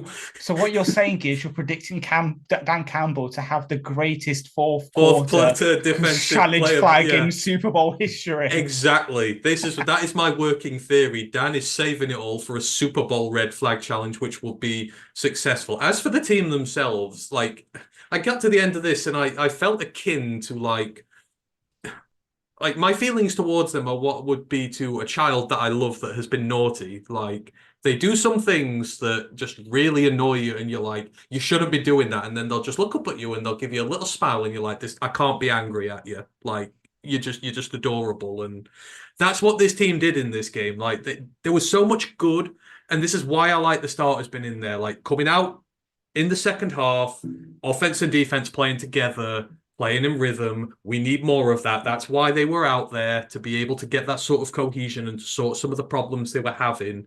And it looked good. But then there were just some things that really, really riled me. But it's the nature of the beast. We won the game, came out of it relatively healthy in the grand scheme of things, which is all that matters. And it's another win over the Vikings. And the Vikings have gone way down in my estimations now. The way they played, it was dirty. And they were trying to injure some of our guys. I'm sure of it. But right result at the end of the day. We were a lot better than them generally. We gave up some yardage, but it is what it is. They did it to us in the first game. We get the turnovers. We get the ball. In terms of the or in terms of the stats itself, so we'll start with the offense. Jared Goff, 23 of 32, 320 yards, 2 touchdowns on the day, couple of iffy throws, but outside of that, thought he was pretty good. Running backs, David Montgomery, 10 carries, 40 yards, touchdown. Jahmyr Gibbs, 13 carries, 30 yards, touchdown. I mean, not a great deal on the day, 70 overall yards off 23 carries in the run game. In the receiving game, Amon-Ra St. Brown, he just loves playing the Vikings. Like Jefferson loves playing us, Amon-Ra loves the Vikes. 7 receptions, 144 yards and a touchdown. Khalif Raymond had 2 for 50. Josh Reynolds had 5 for 44. Laporta had 5 for 29 and a touchdown before his injury. DPJ 2 for 25. James Mitchell 1 for 24. Dan Skipper 1 for 4. Obviously one of the greatest parts of the game that was there. In terms of the offensive line, really good on the day. They gave up just 1 sack, 1 quarterback hit, and 12 pressures. The sack was given up by Taylor Decker. It was a really good play from Daniil Hunter, in fairness. But outside of that, Jonah Jackson only gave up 1 pressure. Taylor Decker only gave up 2. Frank Ragnow gave up two. Penny Sewell gave up two. Jameer Gibbs gave up a quarterback hit and three pressures. His day was not good in there, but Glasgow only gave up a pressure as well. So, I mean, what were your overall thoughts on the offense in this one, Ash? I thought, apart from that second quarter where they went a bit meh, I thought the pass pro was really good against a good defensive line. I thought Goff was good for the most part, and sort of when they clicked, they looked pretty decent. It was a good day's work with things to work on. It, but how did you take them? Yeah, I was pretty happy. We emptied out the bench a bit, so Craig Reynolds got a couple of snaps. Quite literally, he got two. Antoine Green, the perennial inactive, got snaps. And I know it's the off-ball stuff. It's not stuff we need to really focus on as on first glance, but you watch it back, he was blocking pretty damn well on the outside. And what have we said before? What has Ben said before? What has Dan said before? What has Jamo even said himself about things? No block, no rock. He's working his way into maybe getting some looks. Obviously, Jamo coming back will hinder that. But it's nice to know that, yeah, when we get down to wide receiver 6-7, you've still got someone there who is at least competent. Because I remember the last time in the playoffs, when you get down to wide receiver 4 with like TJ Jones and that's it, anyone below, it was a crapshoot. Like, do you remember That's a blast from the past for everyone there. TJ Jones. We have a TJ Jones player as our wide receiver 6-7 now. That shows how far we've come. Like the offense, pretty much. I know, obviously, again, PFF weren't so happy with some players. Pretty damn well. Even Kabinda, didn't really notice him, which is a good thing because usually he's like dropping a pass or he's giving up some weird like pressure or something. He's missing a run block. For the most part, pretty damn good across the board. And I'm just happy for Josh Reynolds to get his 250K. He didn't get the 250K for the touchdown either, but he got a pass interference, which was still one as well. Everyone, for the most part, played well. Let's take it into next week with hopefully everyone back in now. Brock back, JMO back, and just carry on, please. Except for that second quarter, as you said. Whatever happened there, those play calls, work on it. Just bring whatever happened in the fourth, do it. I think Aaron Ross said in the locker room after like his touchdown, the big one, that was supposed to be for Josh Reynolds, but Ben was like, let's play. Why don't you and Josh just swap roles? Let's see what happens. 70-yard touchdown. It's happened before with the Goff checking into a run play when they're on first time comes out. For some reason, once like a month, there's this random play where one person makes one change to the play and suddenly it goes for a big touchdown. What we got to do next, Dan Skip, I know it happens because we've heard from Eric and Jeremy that this happens. Dan Skip on a go ball, because I have heard from Eric and Jeremy that on Fridays, one of the offensive line jobs is literally running go routes and catching balls. You've seen it with Decker, you've seen it with Skipper, you've seen it for Saul. What next? Colby Sorsdal on a go ball, like a corner route to win the game against the Rams. I'm calling it now. You know what? I'd have it on the 2-yard line and I'd throw Skip a screen behind in Amon Ra and Mitchell or someone like that, and then just have him bulldoze it over and do it. That's how I do it. But yeah, with the it's an RPO bubble screen where you have that, and then at running back you've got Ali McNeil going for a halfback dive, the ultimate Anton Ash goal line play. Yeah, I mean, hell, let's just do something crazy. Did you see what the Cardinals did with Prater the other day? They ran the fake field goal with Prater and then had Prater line up as a receiver. Just the Hooks are like, what the hell are they doing? Before they realized it was in their end zone, it were a touchdown. Yeah. Great, exactly. That's the kind of shit I'm looking for. We all know I love my special teams fake plays. Go watch the review show from last week to know that, or wait patiently for me to put those clips up. I finally got back onto making the clips as much as it fucking pays me. I was at my laptop from after the end of that game. I was at my laptop past midnight making clips. So you guys better appreciate it, because I roasted myself yesterday by saying I'm going to be forever single to make the lines good. So you better be appreciative. So I didn't put it in here, but in terms of records that got done for the Lions yesterday, so Laporta got most catches ever by a rookie tight end. Yes. And he got his 10th touchdown of the year. Jameer Gibbs got his 10th touchdown of the year. Who else? Did anyone else break? What were the other? We're the first team since the 1971 Chargers to have two rookies have 10 plus touchdowns. Laporta's 10 touchdowns draws him second all time with Gronk for rookie touchdowns. I think Amon-Ra might have broke one, but I can't remember which one exactly. I could go back through just the Discord One and and a just half scroll. thousand yards and 10 Yeah. tutties for Amon-Ra. Yeah, it's just exactly so many things. Like, obviously, Reynolds got his, Josh Reynolds got his, I think it was 500 yards or something. It was loads. Well, Aiden, 102 pressures, fifth person in PFF era to get that. Like, there was another one I think that was for like. And then we got incentives. Josh Reynolds got Yeah. his incentive bonus at the end, which was really nice of the Lions to be Exactly, able to yeah. do that for him, because he must have seen that play that Amon-Ra got that was for him and be like, God damn it. Like, that could have been me. Exactly, because that would have been his 250 for the yards and then 250 for the touchdown. Like, that's to be fair, we're saying it. Knowing this team, they would have found a way to pay him anyway. Kind of like how the Browns paid Flacco his like incentives because obviously they sat him, so they paid him. We would have found a way. Absolutely. Let's just keep breaking the records in the playoffs. Obviously, we've got the big one to break with actually winning a playoff game, but let's have like Goff be the most passing yards in the playoff game in Lions history. Amon-Ra most receiving yards, and for which actually I don't know. Actually, Amon-Ra might do it, but doubtful. Again, just all these, start building them because we've done it in the regular season now. It's time to do it in the actual time. I don't want to say the regular season doesn't matter because then I'm proving the CFP playoff committee right, which makes me want to be sick. But we need to do it in the playoffs now. We need to do it in the time that actually wins your trophies.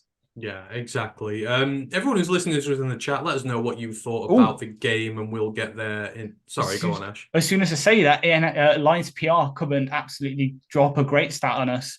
The Lions are this Lions team is the first one in NFL history to have 4 different players produce at least 850 scrimmage yards and 10 touchdowns in the season. Obviously, Monty with 1,132 and 13 touchdowns. Jar with 1,261 yards, 11 touchdowns. Amon-Ra, 1,539 scrimmage yards, 10 touchdowns. Laporta, 893 yards, 10 touchdowns. First team in history. Not the fucking Chiefs, not the Ravens, not the 49ers, the Lions. Yeah.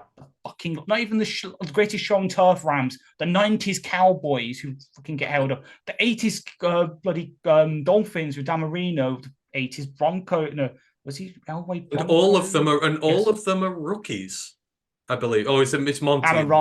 Amon-Ra and Monty with the 2. So you've got 2 rookies. Well, Amon-Ra's technically, he's on his rookie contract. Let's just say they're all on rookie contracts, apart from Monty. Yeah. But yeah, I mean, that's incredible. So we're breaking records here, folks.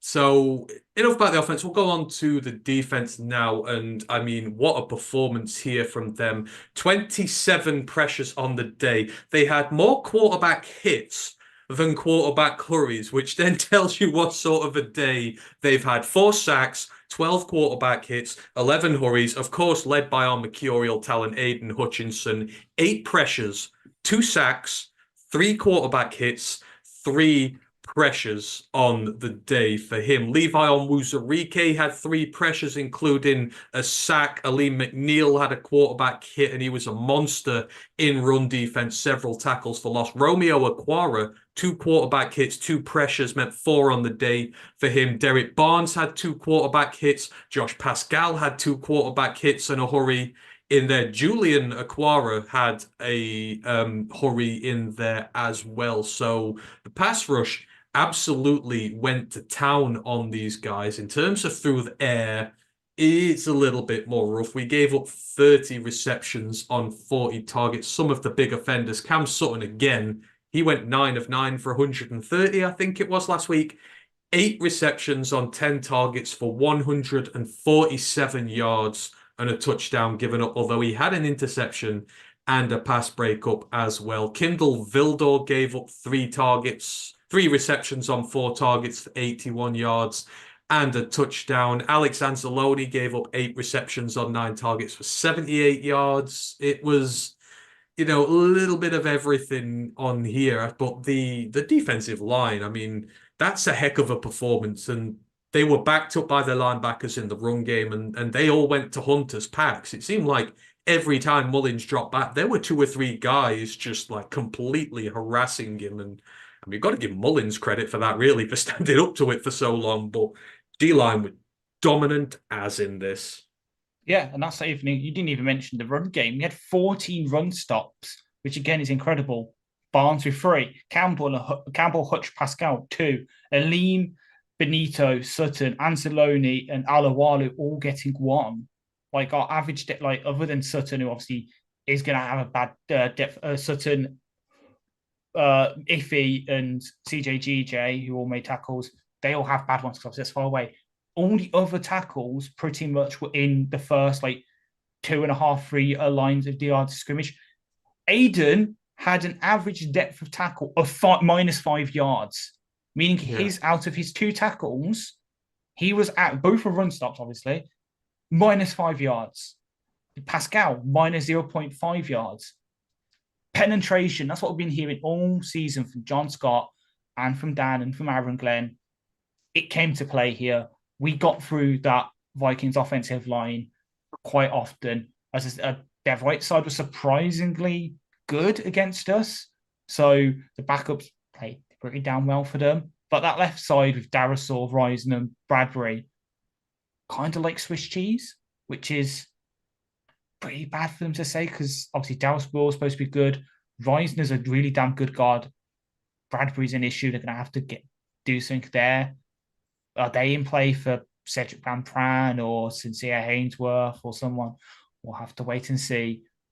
But yeah, the front, I cannot fault the front 7 for pass rush and run defense. It is the coverage. The coverage is the issue when obviously JRM showing why he's getting snaps on defense. Obviously gave up 2 receptions on 2 targets, but for 14 yards and only 8 like after the catch, doing really well. Branch, again, bouncing back. 2 catches on 3 targets for 6 yards. Iffy, 2 catches, 3 targets for 9 yards. CJGJ, 1 catch on 2 targets for 5 yards. They did their so the safeties, surprisingly, when they're credited as the nearest defender, really good. JRM, really good. Anzalone, down week. Barnes, he's not there in coverage yet. He has the tools to get on it. So hopefully all these reps will help him. Corners were an issue. Corners are a major issue, and so is Kirby. Like, it's the nature of beast with Kirby, and we've got to get used to it. He is perhaps the worst guy in terms of PF things because he doesn't have middle plays. Either you have a great player where he makes a leaping interception or he gives up a big catch. You don't get the medium plays. And I think he has to work on cutting out these bad plays and turn them into mid plays. Yeah, you might give up a catch, but you limit the yak. You don't really let someone get loose. It's stuff he has to work on, which is surprising because that's his best thing coming in as well. Kept trumping on with him. Great coverage guy, needs to work on the tackling the run defense. He's got that down. Now he needs to work on the mental processing again, sort of go, hang on, this sound needs to work because people got to bear in mind it's his 3rd year at safety. He only converted to free safety in his last year at Illinois. Before that, he was a wide receiver. So he's got the skills that it's just him getting those reps. It might be like a Barnes level sort of tick up or iffy tick up where next year the light comes on for him. Those processing slows down, it goes well, but it's kind of hard for him to be like that. And then the corners outside be so weak because they're the ones who give up the big plays. They're the ones who will get burnt by Justin Jefferson, CeeDee Lambs, DJ Moores, AJ Browns, Deebo Samuels, etc., as it keeps coming back to we need someone to handle those wide receiver ones and hopefully everything will fall into place, kind of like how having a lean back this week put that front 7, it all fell into place in them and it all turned on. We just need that now. Hopefully Sutton can step up enough in the playoffs now we get to that crunch time to do it, but can we see it happening? Yeah, there's questions to be answered. So SW Line makes point, he goes, I think they need to keep up with the blitzing. They may get burned periodically, but if we give staff time, he will pick them apart. Do you reckon we've kind of found our way now on defense? Like we've said, the corners are not great. We're going to have to suffer the deep shots. But outside of that, the run game, especially now with Liam's back, is holding up still really strong. I know, he had a couple of big plays on as Ty Chandler did in this, but they outside of a couple of big plays, they didn't really run a great deal. So the run defense holds up, and then we send the D line in and we send the guys up. We sent Campbell in there. Campbell got his sack on the blitz. We're sending our guys, we're sending pressure. And at the end of the day, those two interceptions at the end, when they're chasing the game, they can't run the ball. They're having to take chances. The D line's getting the pressures. We get the takeaways. Is that just the way that maybe we'll just have to go for and just accept the fact that these corners on an island are going to be there and we're going to give up plays? But let's play to our strengths and force too many turnovers that we give up a ton of yards, but it doesn't matter ultimately. Yeah, I completely agree, which is why people in our WhatsApp and Discord will know that I recently posted in the past couple of hours the news that the Giants defensive coordinator has resigned from his position. So that's Don Rinkendale, who you might remember as the former Ravens defensive coordinator. And what's he famous for? He's Dr. Blitz, isn't he? He's Dr. Blitz, exactly. If AG goes, admittedly, I do accept it will mean another scheme change for us. We'll have to go back to more odd fronts and man coverage. But that's playing to our strengths. We found Iffy, who is this great, versatile blitzer cover. You don't know what he's doing. Kind of like how when the Zimmer came up with the double A blitzes where he'd put his middle linebackers right in the A gaps, right behind the defensive tackles, and quarterbacks didn't know if they were blitzing or if they're dropping. We've got our kind of player now like that in the secondary now. It could work. It could work. Blitzing, yeah, you will get burned, as we've seen the past throughout the season with it. But when it works, you can shut down offensive game plans because, especially if we start incorporating some of the Vikings do themselves, because the coverage kept repeating, they blitz the most in the league, but they also drop 8 as the most in the league. That sort of chess game where quarterbacks don't know if he's going to be blitzing or if he's going to be covering a deep third. They don't know if Anzalone is going to be blitzing or if he's covering the mid hook. Those kind of chess matches is the next evolution for our defense, kind of like how we've had that next evolution with the offense last season by talking to Goff more, by bringing more of these in-breaking routes in, bringing in the Porter, bringing in Gibbs, these players that can sort of take it to that next level. That's what needs to happen on the defense now. Like the offense, aside from replacing some of the pieces like the guards, maybe bringing another receiver and then a swing tackle, because as much as we love Skipper and he got his thing here, he's not the long-term solution. I'm happy with the offense. It's now time to really fix that defense, get Hutch another partner potentially, get an alpha corner, maybe another cover linebacker, because as much as we love JRM, he's a special teamer and he's a veteran as well. That's what needs fixing now. We need to focus on the defense in the offseason.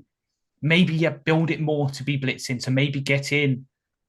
We have our own Ivan Pace. We have Malcolm, who I don't know how much he's blitzed last season, but he's got that sort of know-how and the body type for it because he can slip through the A gaps, and get to the quarterback with his wrestling background.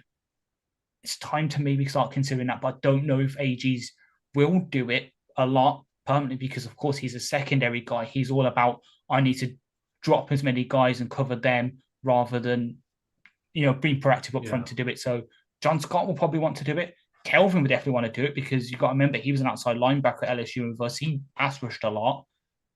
Just need to now the back end to sort of agree and say, you know what? Yeah, we need to teach Jerry if he sticks around, but all our corners to sort of be okay being more in man coverage. The safeties to understand that they need to double people, so then we can send people up front because, the blitz might get home 60% of the time, but over 40% of the time, we can't be giving up 70-yard passes to Justin Jefferson.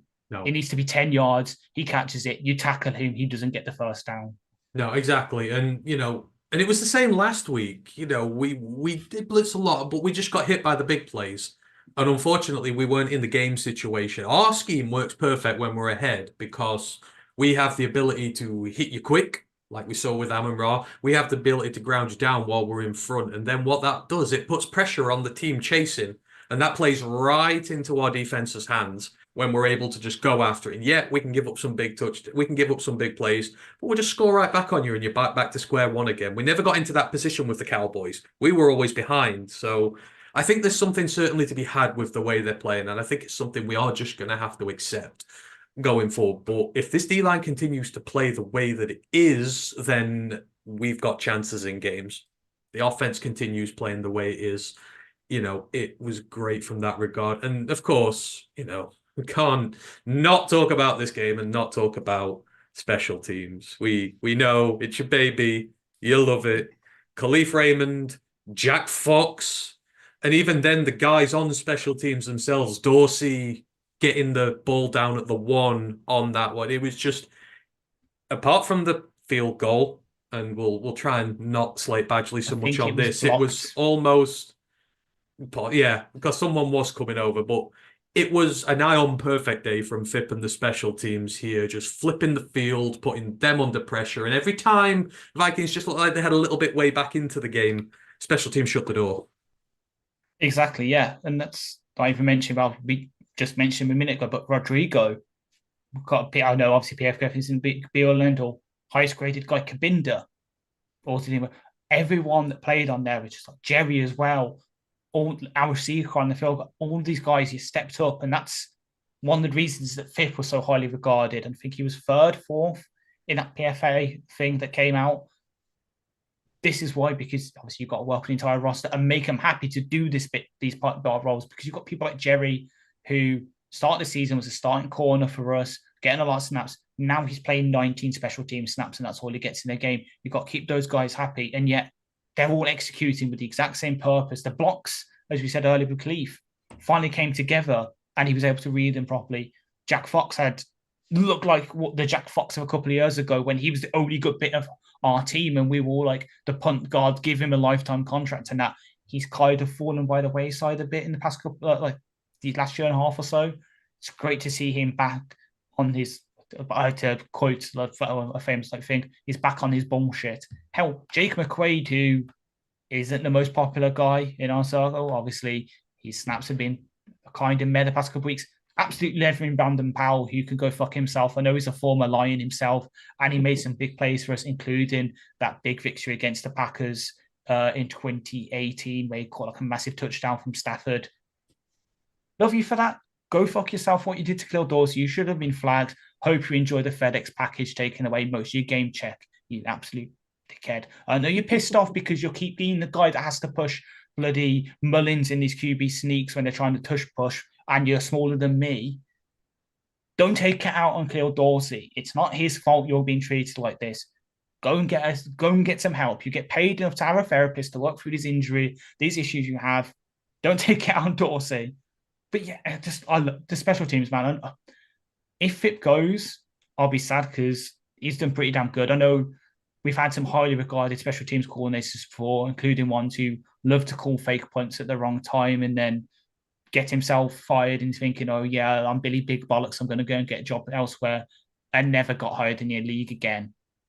Phipp is a damn good guy, and I hope he sticks around as well. And if Ben and Aaron go and they take him with him, he's left a good legacy here, and more power to him. I could see him, and this is hyperbole, and it probably never come true. There is a path there for Dave Phipp to be the next John Harbaugh, because John Harbaugh wasn't really an offensive defensive guy. He was a guy who just knew the whole roster. Phipp has that capability, like how Dan has it. Dan did it more of offensive, but he knows the entire roster. So does Phipp. Just big up special teams.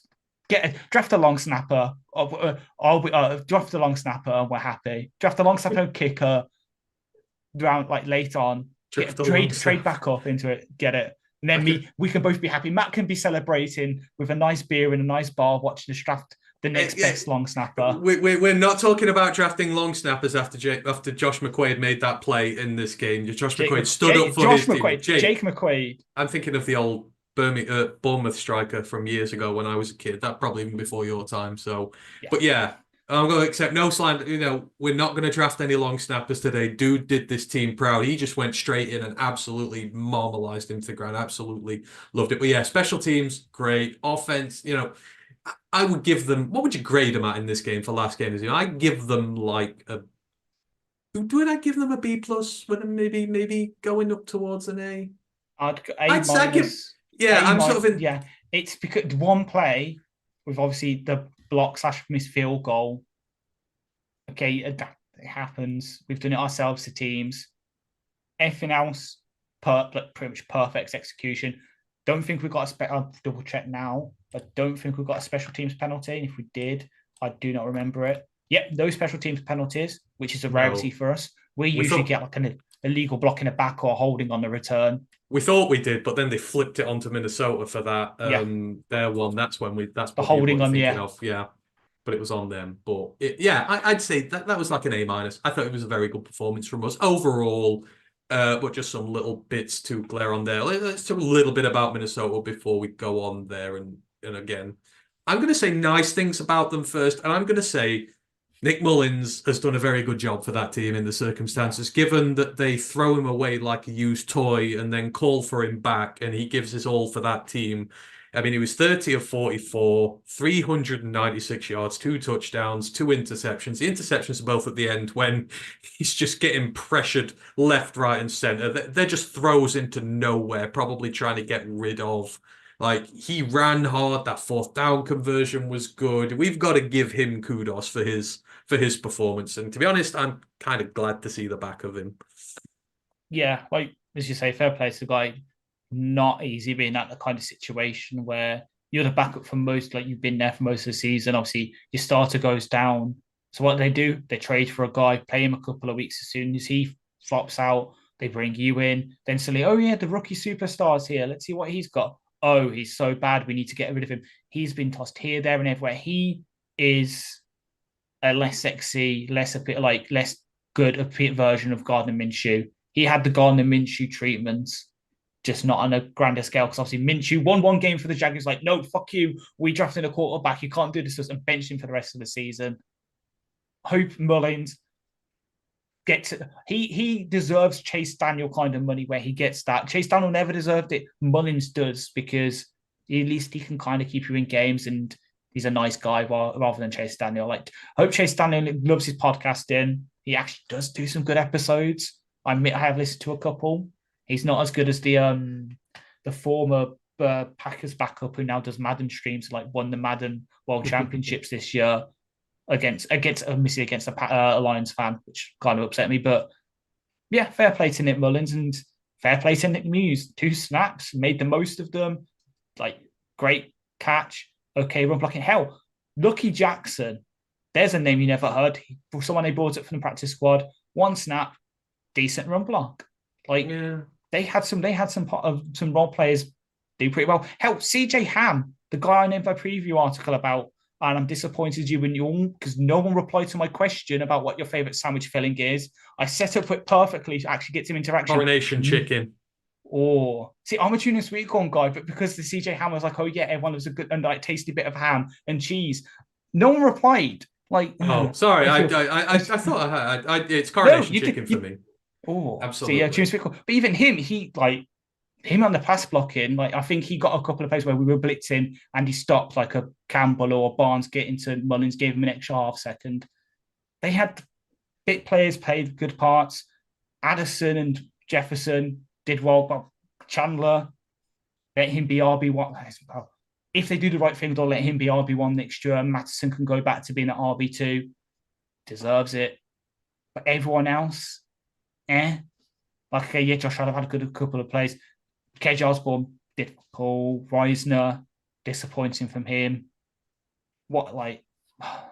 They've got pieces there. Kevin O'Connell, if you can get a stable quarterback there and maybe sort out a couple of those O-line pieces in the middle, they could be okay on offense next year. But again, they're like us. They need to fix that defense, though. They have a couple of holes there. I mean, from the Vikings fans I know, some of them don't even want him back next year. And I'm like, oh, really? But I think the way they've handled their quarterback situation has been awful. Like, for years now, even back to Zimmer. What do you expect? Well, to be fair, I was about to say with Connor, what do you expect? He's a former OC of Rams. He's used to treating quarterbacks badly. Burn. There we go. We've firing shots at the Rams already. But yeah, I think, yeah. In terms of the Vikings, I said before the season, they're going into quarterback trouble. I think they're picking 12th in the draft, so I would expect they're going to go down the quarterback route. But they've got a long 11th way to come. 11th. And again, as it's been mentioned in the chat quite a lot tonight, they were targeting. I don't care what anybody says. They were targeting our players, and some of the like the one on Amon Ra could have caved his ribs in, and like if he Yeah. had, I'd be over in America now. I would be that angry. I would be right across there. So I was really disappointed with them in terms of that. But like I say, some good standout guys on there. But for us, it's a good win. It sets us into the playoffs in good stead. Sort of some of the themes we just need to talk about before we go in. Dan Campbell playing the starters. This has been the topic of conversation all throughout since it was announced that he was going to do so. A lot of people, oh, look at Sam Laporta, he's injured. This is why you shouldn't do it. But outside of Sam, no one's been injured. Which side of this debate do you fall on? Are you happy he used the starters? Are you a bit annoyed? I don't know. Where do you fall on this thing with Dan? I'm pro starting the starters. That's one of the reasons why Matt can vicariously, through like the power of suggestion, can back me up. I've been saying it for a couple of weeks. I'd be happy being the 2 seed rather than the 1 seed because you see it every single year. Teams take a week off. Either it's because they rest their starters a week 8 and then go into the wild card, or the 1st seed because they've got that little bit of rust in them. They don't hit the ground running, and that's our problem. We always start off slow. So we needed the starters to play, partly just to keep them going. Maybe when we got the second interception, I would have brought Teddy in, maybe played a couple of the backup guys. Obviously, still would have force-fed Josh Reynolds the ball because I have more than enough faith that he can fire a couple of screens to Josh Reynolds to get him the yards. But yeah, for the most part, I'm happy just playing them. Yeah, Laporta got injured. Yeah, Leaf got injured. You got to bear in mind with those is our tight end room isn't that deep. We literally had Laporta, Mitchell, and Kabinda. And then if you want to get really funky, Malcolm Rodriguez active at tight in our tight end room. Laporta was going to have to play. At our wide receiver room, if you wanted to sit the starters, Leaf would have been playing a hell of a lot more because you're sitting Amon Ra, maybe you're sitting Reynolds, which means that you're playing Leaf, Antoine Green, and DPJ, and then probably if you didn't want to call up Alawalu, you're calling up Tom Kennedy. The guys who got injured were the ones that would have had to play a lot of L more if we were sitting our starters. So it's a non-plus equation. It happens. Injuries happen. As you quite rightly put on WhatsApp in a way, next man up. But yeah, it's going to happen. I have no issue with it. Dan told us a couple of weeks ago it's going to happen. They can rest when the season's over. The season isn't over right now. We had a chance at that second seed, and hell, for the first half of those games, it looked like we could have been the second seed because the Cowboys were losing. Eagles obviously lost. 49ers lost. If two decisions went the other way with that coin flip in week 2 against the Seahawks, letting us get the ball in overtime, we probably would have won. And obviously that 2-pointer last week, we could have been the first seed, which obviously I wouldn't have been happy with because I just said I want to keep the team going, but we could have been there. We had something to play for. That's why we did it. And for some of the fans who obviously having a go at it, and somebody outside who's like, why the fuck are they still playing the starts when Sam Laporta says the amount of times I had to tell to people, we're doing it because we got the second seed. Like, oh yeah, what do you prefer? What would you prefer? Win the Super Bowl or getting the second seed? I'm like, you're asking the wrong guy. You've asked the question why we're doing it. I'm telling you why. Go to ask Dan Campbell. I'm not Dan Campbell. I'm just telling you why. I'm the reporter. Don't shoot the messenger. It just pisses me off. Play the starters. Yeah. Give him reduced snap counts to Amon Ra. Obviously, with the injury, he got a reduced snap count. But then he had to come back in when Leaf got injured. Laporta had to play most of the snaps. We were doing these sort of like, we're playing them but reduced snap counts, and injuries force us to have to keep playing them. There's no issues with me from it, and whatever. Let the 2019 Ravens forever be a warning to teams who are going to sit guys because they sat Lamar on his MVP campaign and that team that was all concrete. And then the Tennessee Titans made them look stupid. Why? Because Mike Vrabel, like Dan Campbell, has his team ready and you're running into a brick wall. And if you're doing it rusty, brick wall very hard to break down. But overall, I mean, is this not what we signed up for when we all backed Dan as a head coach? Dan Campbell's motto is grit. You will play on a garbage heap. You will play on water. You will play on land. You will play in the air. Wherever you play, Dan's ethos is no days off. Grit does not allow for days off. Dan Campbell does not allow for days off. Winners do not allow for days off. And quite frankly, I don't think he disrespects the team, but I don't think we've earned the right to rest guys in the playoffs. We've not been to the playoffs for 7 years. And coming into this game, I think they said over the last 4 games, the offense is averaging 20 points a game. It's had issues, big glaring issues, the way it has been dealing with technique, the way that it has been executing has not been up to par. And you cannot go into the playoffs with an offense that's struggling. Like against the Cowboys, it struggled for nearly 3 quarters. Like it went dead, it went cold, and it didn't come up till the end when it needed to be clutch. And you see in the second quarter, a lot of those problems came out. The offense stalled, it had issues. But then look what happened in the second half. They come out, they take advantage of the turnover, they score.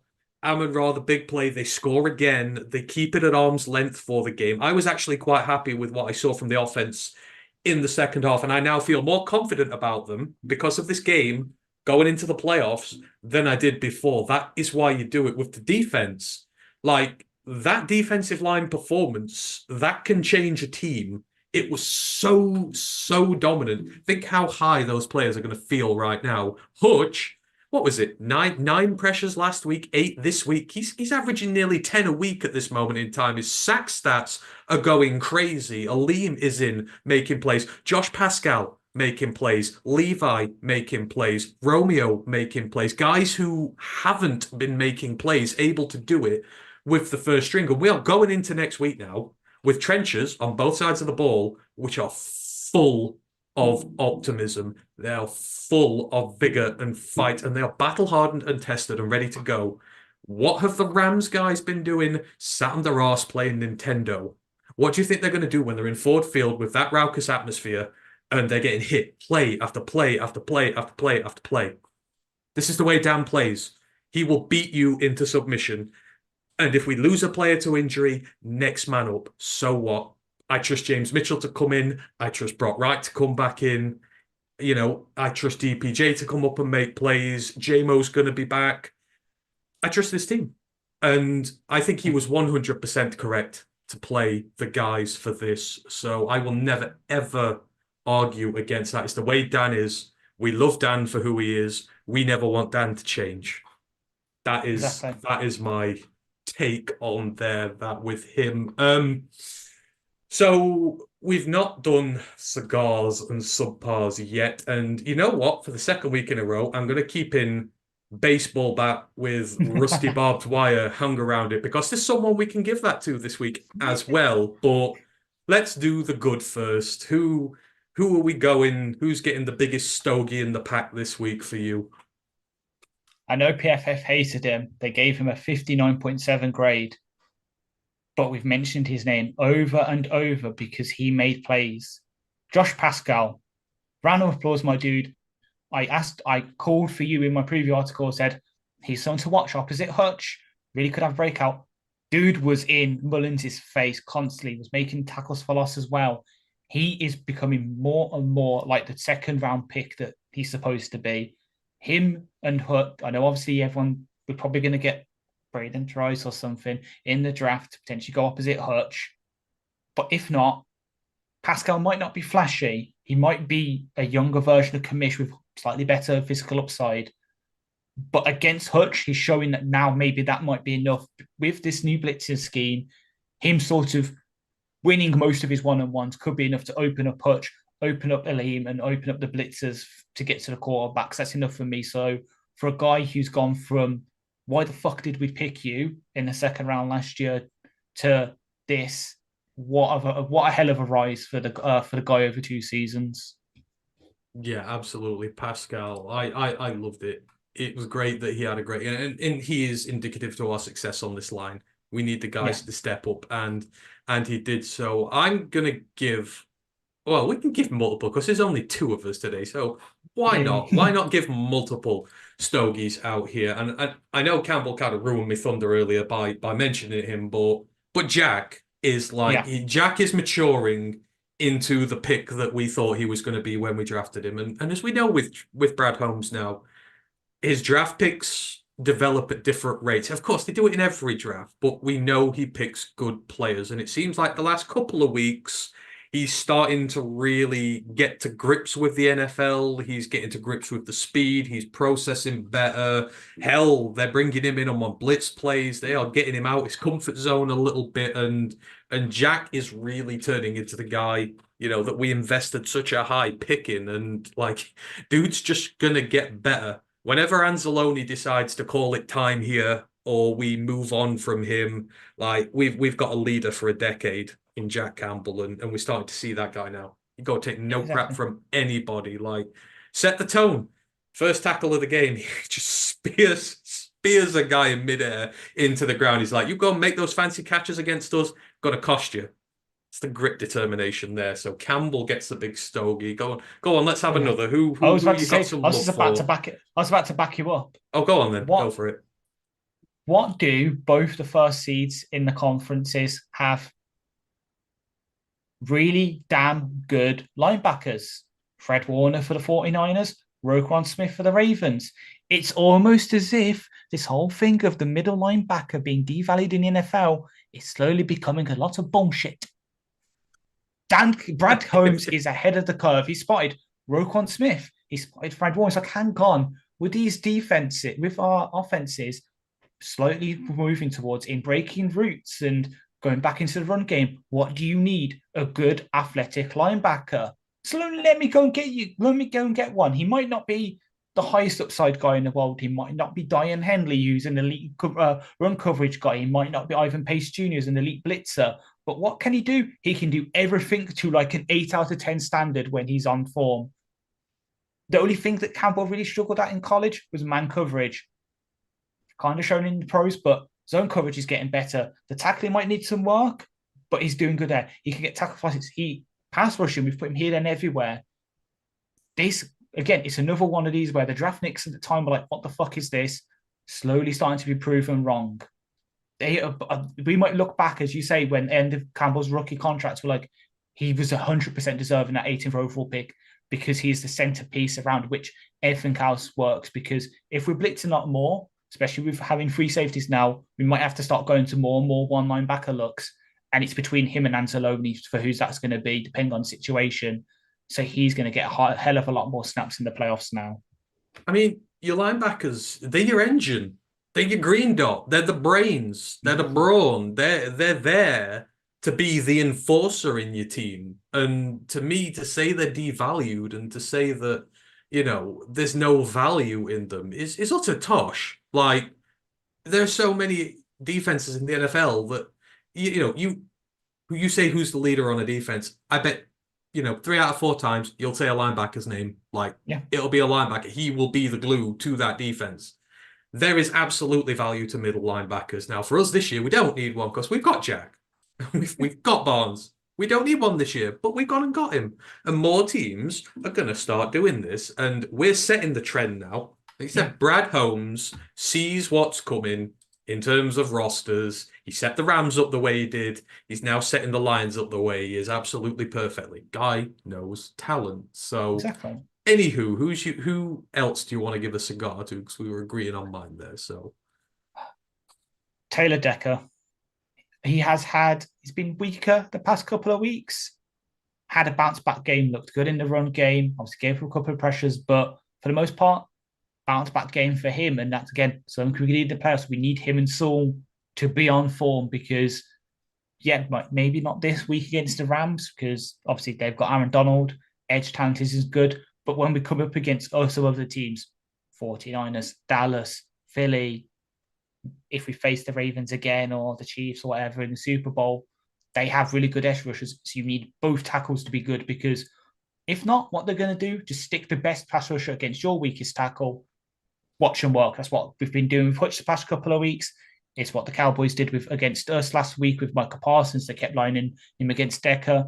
This week against, admittedly, Pat Jones and that who aren't the best edge rushers. He still had a bounce back game, and you can take that momentum into the next couple of weeks, and hopefully in the first playing his proper first playoff game, because I think he was injured for the one in 2016 against the Seahawks. He can take that and hopefully go far with it. Yeah, I agree completely with you there. He is central to our hopes going forward. The entire line is we need them to play out the minds, and we could beat anybody. Who am I going to give him a second one to? I mean, I will shout out Iffy. Like, Iffy's a Yeah. comeback player of the year at this point. Like, if we do our awards at the end of it, I know he's not been injured, but given his career resuscitation, Most improved, yeah. he's probably the most improved player on there. But I feel like during this segment, because he's just so good all the time and we expect him of it, like we never actually give him one. So Amon Ra's going to get one this week Yeah. because Amon Ra St. Brown is the epitome of this franchise. Like it all started with him and Penne basically 3 years ago. You know, the guy is just the emphasis of everything we're about. Clutch catches all over the field. We call him third down St. Brown for a reason because he's the guy you go to on that. But it's the tone and the leadership he sets. When he gets kneed in ribs by a 300-pound nose tackle and he goes off hurt, he's back in one play later. Why? Because he's a hard ass who you can't kill. And then on the next drive, 70 yards, just rinses three guys and carries two of them over the line for a touchdown. And just every time you need a play, Amon Ra is there. And what is that? 8 100-yard games for him this season, or 9? I think it's 8, but 1,500 yards for him on the year. He is us. If you say what is the new Detroit Lions, you point at a picture of him, and he is him. And like you just can't say anything greater about him. So he gets it there, and not going to do downs this week. I think we've had a really good season. Yeah. So let's keep it on positive notes to end the year. Not really anyone I was really positive notes as if we're not going to about to award someone a baseball bat covered in barbed wire. Yeah, so baseball bat covered in barbed wire. Who are we giving that to today? I mean, we'll give it to the same person, but 97 on the Vikings, perhaps. Yeah, 97 on the Vikings. Dirty ass play. And I hope when they come back next year, Amon Ra has a word with Penne in his ear and says, look, will you just truck this dude for me? Because we owe him. I mean, I know I've mentioned about it, but it's a disgusting play. He could have really done him serious injury there. And there's no need for it. It's dirty. It's done deliberately with malice, trying to injure one of our best players. And when you see some of the other hits that are putting on the day, you can't help but think it was intentional. And, we don't stand for that. Like, Definitely. Kirby didn't try and injure TJ the other game. Like, he didn't go out to hurt him. And the reaction he got was disgusting. And they've obviously gone out with a chip on their shoulder and thought, we're going to lay in a few shots, and not about that at all. Is there anything else you want to mention about the game that we've missed, or anything you want to put in there before we just have a chat about the NFL in general to close this out? Not really. I think we've pretty much covered it all. Yeah. Wish I could have seen a bit more of the Corgi stuff at halftime, but who knows? We can wait to watch the Puppy Bowl in a couple of weeks when we're playing there at the Allegiant Stadium. Oh, the Corgi! I didn't even know they'd done that. To be fair, but I think I was that busy trying to do bits during the half. The halves go so quick there. So, anywho, right, let's just have a chat about the NFL in general. So, games over the weekend. Obviously, we mentioned there was a lot on the line, but any games that really took your fancy over the weekend for what happened? Obviously, we had the Jags who shit the bed, the Dolphins who did as well. But what did you make of the other games over the weekend? I mean, you said it, you mentioned one of mine first. I'm so happy I called the Titans beating the Jags. I'm so fucking Yeah, happy you I did. called it. You did. So happy. As much as I do kind of like the Jags. No, we're supposed to, but we're not supposed to. We're supposed to because it's supposed to be the UK's team because Tony Khan owns them and all that. No, with no loyalty there. No loyalty there at all. I do respect some of their players. I do like Josh Allen, obviously their edge rusher, like Trevor Lawrence, like Etienne. I like Agnew and that. Just so happy they could just miss out on the playoffs because it was just funny. It was just funny. Well done to the Titans. Might have saved Vrabel's job. Arthur Smith's now free. You can get him back, get back to that really good offense you had a couple of years ago. Henry's gone probably, but you can draft a guy like Henry, probably not as good as Henry, but someone that can replicate like 80% of what Henry does, and that should be enough to get you by. You have Tejo Spears had a really good touchdown for them. He's had a They've good got stuff year. there. He's had a really Good exactly. year. He's had a good year in relief. Yeah. If you've got any questions you want to ask us, by the way, line stuff, get them in there. We'll do questions now as well. But I think one of the most fun storylines, and it's been just put in the chat here by Big M, is Philly and their collapse with their defensive mastermind, who has the greatest fourth quarter play in the history of the NFL. I mean, like, how bad are the Philadelphia Eagles choking right now? Hurts is hurt. AJ Brown is hurt. Marcus Mariota came in and thought, first thing I'm going to do is throw a pick. The defense couldn't make a stop to save its life. They look bad. Like, the Giants bullied them, and it's like, it's hard to bully that Philly team, but they just look like they've lost their entire identity and they don't know how to get it back. All right. Well, have fun playing the Bucks in Tampa Bay next week. I hope the plane ride isn't too long, and hope Matt Patricia likes being tarmacked, because I can see it happening next week. Oh, I was going to get onto the playoffs in a minute. Oh, yeah. Are we calling the early upset? Yeah, I'm calling an early upset. Yeah, like, I know, to sort of bridge into the Bucks game a tiny bit, like, what the fuck was that game? But I can see the Bucks beating the Eagles, which is a massive fall from grace for them. Like, the Eagles, who would have thought the halftime of the Super Bowl last year that they'll be at this point right now? They look they're just desecrated. I love Harry Roseman to bits. He's a really, really good GM, but it's another time he needs to rebuild this roster. He's had to do it once already with the end of the Carson Wentz era. He might need to do it again, and those veterans are getting even older now. I know they've drafted a couple of big young players, Jordan Davis, Jalen Carter, Nakobe Dean. They need to start stepping up now, because Fletcher Cox is getting on. Josh Sweat, as much as I love him as a former Knoll, he's not really doing it anymore on edge. They need to start reloading. The only good bit on that defense is Reed, and it's someone you love, Reed Blankenship. Love Reed. Oh, Reed has given me legitimacy as a draft analyst. I feel like I've got legitimacy because of Reed, but they got Monday Night Football this game, didn't? I'm like, what? How is that worthy of Monday Night Football? I just very quickly want to go back to something that was said earlier when we were doing the review, by the way. Brent said, I hate to agree with Anthony, but it was definitely a dirty game. Reminded me of the Seattle game. All I can say, Brent, is you hate to say that, but you love to say it. I think me and you just agree on a lot of things, and, you just need to accept that, Brent.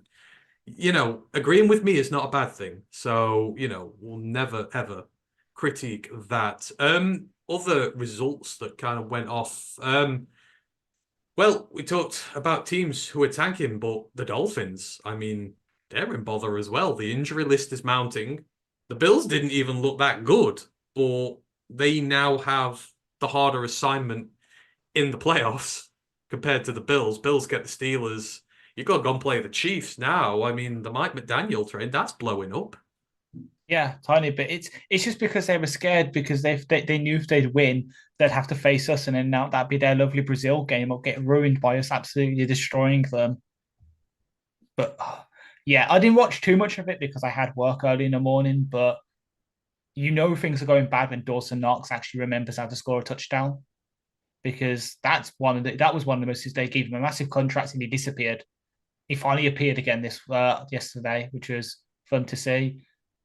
It's just one of those. Well, the Bills were in that situation until the Jags lost. That's the only bad thing about the Jags losing. They could have lost and been out. Obviously, they came into that knowing they didn't have to worry. They were in anyway. And it kind of let the pressure off them, and they could just play their game. They didn't play that well, as you said, but it was enough for them to obviously beat the Dolphins, get that seed. And now, they send the Dolphins the hard way. They have to go to Arrowhead, which we know isn't an easy place to play.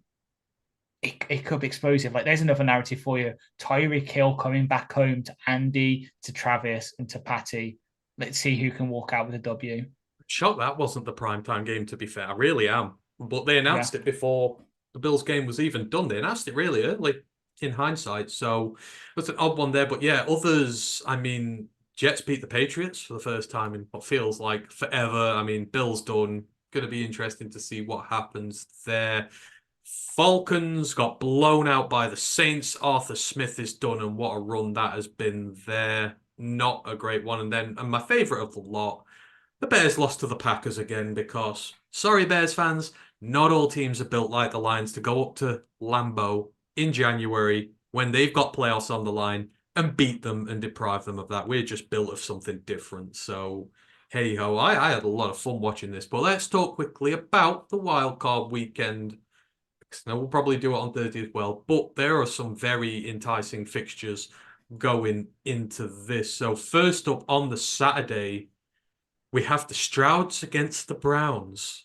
Like, that for me could low key be one of the most fun games of the entire weekend. Now, obviously, Brett is in our Discord chat. He's a big Browns fan. Brett is the nicest guy in the world, and we understand Browns fans. Like, all they've been through, that roster's been decimated by injuries, and you wish for the best for them, but they're coming up against the Strouds, and we love the Strouds, and we love what they've done. And I don't really want either of these teams to lose, but this is going to be a barnstormer of a game, Ash. Yeah, it's hopefully people will get the joke. This is definitely going to be Arnold Schwarzenegger's favorite game of the wild card weekend. Well, I'll wait for you to compute that as I carry on. It's going to be good. It's a great offense with obviously Stroud and Nico Collins. What a breakout season he's had against a really good defense with Jim Schwartz and that. And Flacco potentially going for another one of those playoff runs that he did with the Ravens and on the back of really good defense and a decent run game and that. It's going to be a damn good game to watch. I'm happy it's going to be there. It's the first one. It's 9:30. It's a nice, reasonable time to watch. So I'm definitely going to turn it on. Like I'm going to watch it because hell, who knows? Pierce could have another. Well, could break out again because he's kind of gone under the radar this season with Singletary bringing up. I could just see Damian Pierce, who's another one of our favorite running backs from last year, getting back to it and just doing something. It'd just be funny. As much as I would love a Browns Lions Super Bowl just to stick middle fingers up to the rest of the league and say, fuck you, like you've roasted us for centuries. Now we're both in the Super Bowl. One of us is going to win it. It's just going to be funny. Yeah. Again, but a team we like will be in the divisional round in the AFC. So, we'll root for whoever wins that one. And then the late game on the Sunday morning for us. It's the Chiefs and the Dolphins. I don't know what your thoughts. Dolphins are struggling, but they do have the best offense in the NFL when it gets going. This also could low key, if these two offenses get going, be like an 80-point barnstormer. What are your thoughts on that? Who's taking your fancy for it? Hard. Again, I agree. It's either going to be like an 80, 100-point barnstormer, or it's going to be like the Rams Patriots Super Bowl where it's just boring to watch, where they just negate each other. It honestly might come down to the defenses, and I have more trust in the Chiefs defense than I do the Dolphins defense. Like again, who would have said that with some of the talent the Dolphins have on their defense, like Jalen Ramsey and all that? Hell, I'm going to call it. And again, something to make you happy. George Karlaftis sack fumbles to seal the game. Oh, I like that. I like that one. Yeah, I can't call it at this moment in time. It's going to be tough. But again, I like the slate they've picked there. Sunday, the 6 o'clock one is Bills versus Steelers. Kind of feels like the Steelers. I don't know how they're in there, but any chance of an upset, do you reckon? Or like Bills look really good at the minute. Not without TJ. Not without TJ. They have You know what? little to no chance. I was shocked the other day when I heard that TJ doesn't have a playoff win. Like, you think the Steelers finish above 500 every year, so you think by the law of averages they would have a playoff win. like recently, but then you look at it and like, actually, they don't. It's not that great, and he's not got one. And if he goes his entire career without a playoff win, that'll be bigger travesty than Megatron not getting one. Like Yeah, the well, dude is he 3 times sack leader now? something It's like that. Yeah, it's he. That's what happens when you keep just investing in the defense and actually don't get a competent quarterback. Like I know, obviously, everyone says defenses win championships. That hasn't been true since like the Marino years. You need a damn good offense as well now especially in the playoffs. The Steelers just don't have that. Like their run game really picked up the past couple of weeks. I know some analysts have been saying that they've got the best 1-2 punch in the league, which I disagree with because it's obviously Monty and Gibbs. But anyway, but if it comes to throwing the ball, they also have the advantage there. Running the ball, maybe the Steelers do.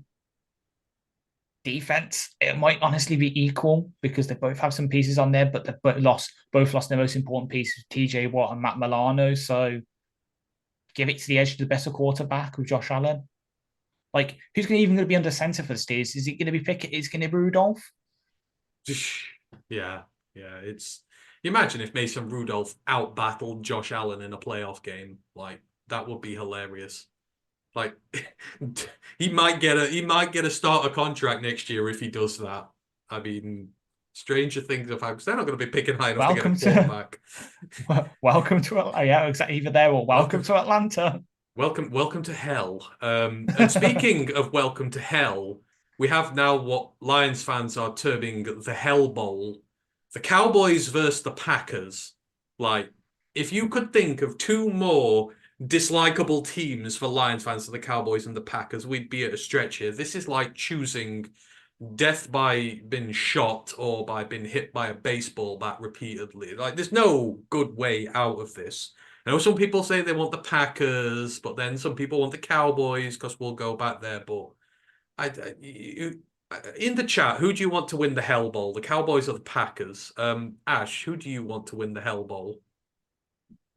Packers. I want another shot at that Joe Barry defense. Say it plain and Because simple. if theoretically they beat the Cowboys and we beat the Rams, we get the Packers at home in the divisional game. Is that Yeah, correct? yeah. There we go. It's so if the Cowboys lose this, yeah, we become like the second highest seeded team, so we get the highest rated at the bottom. So it'd be like 49ers versus hell, unless the Bucks do it, in which case I think we get the Bucks and 49ers get the Packers. So, Which will also be fun. oh yeah, we because get the Bucks at home. Yeah, which will also be fun because we know how the Packers perform against the 49ers in the playoffs. And the Bucks. And, They lost to the Bucks in the playoffs not so long ago in Green Bay because everyone said, "Oh, Tom Brady and that won't go there in the cold and beat them," and they did. Tom That Brady, was who's played in Boston for like most of his career, he can't perform in the cold. yeah. Like what? Anyway. And then you've called it Bucks Eagles. You're going for the Bucks upset, Yeah, so I want the Bucks upset as well. I just want Patricia just to get tarmacs. Like he's had 3 chances now, Yeah, and he's done fuck all at each of those jobs. yeah, I don't even think he would get hired at like a Division 3 college at this point. The yeah. dude's gonna have to go and like be a high school physics teacher with all his rocket science, and then maybe do a bit of football coaching at the side until he shouts like a parent, and then gets dismissed by them, and then just has to go and sit at home and rewatch the Star Wars films and write a fan fiction about how he would have done Episode 7. Yeah, absolutely. You're right. With that being said, we've been going a while, so let's look to wrap this one up. First of all, though, all the best to Michigan Wolverines fans later. It is the Natty this evening. I will be staying up to watch it, Michigan and Washington. I'm not going to say the phrase because I have a vested interest in Washington, so I can't, in all good reason, say, yeah, but, good luck to you. If you win, enjoy yourselves, have a hell of a party, but good luck to you. Hopefully you do. Enjoy it before Harbaugh goes to the Enjoy it Patriots. before Harbaugh goes to the Vikings. Oh, or the Bears. because I haven't heard that. I've heard Joyce Anderson, I think, said that he's very hotly contested in New England if they get rid of Bill. See, I think Harbaugh's staying because JJ said he's staying. And I don't think Yeah, JJ true. stays if Harbaugh doesn't stay. So that's where I'm at with that. But anywho, good luck to Michigan. Hope you'll do well and enjoy it if you are able to bring the Natty home. In terms of next shows, me and Ryan will be up next with the college football podcast. We'll be looking at the Hula Bowl this week. So we're doing draft prospects. So if you want to start learning about some of the more small school draft prospects, some of the guys we really like, come and join us for that. It's going to be real good fun. And then, of course, we are all going to be back on Thursday as we do our first ever Detroit Lions playoff preview show. It's the Lions. It's the Rams. There are a billion stories in place here, so come and join us for that. It's going to be a great evening. We are going to enjoy the hell out of that. Then, of course, remember on Sunday itself at dirt o'clock in the morning over here in the UK, hopefully rejuvenated Matt and Ash are going to be doing the calls there, so come and join them as well during that. It's going to be insane. In terms of where you can find us on socials, Roar of the Lions UK, Twitch, Twitter, Instagram, YouTube, Facebook, TikTok with Ash's show there, Instagram, and then our website, www.roarofthelionsuk.com. You can find us everywhere. So thank you ever so much for joining this evening, to Dan Pass, One Pride, Joshua Mercer, and everybody in the chat, Bob Life 29, Big M, Brent DeWitt.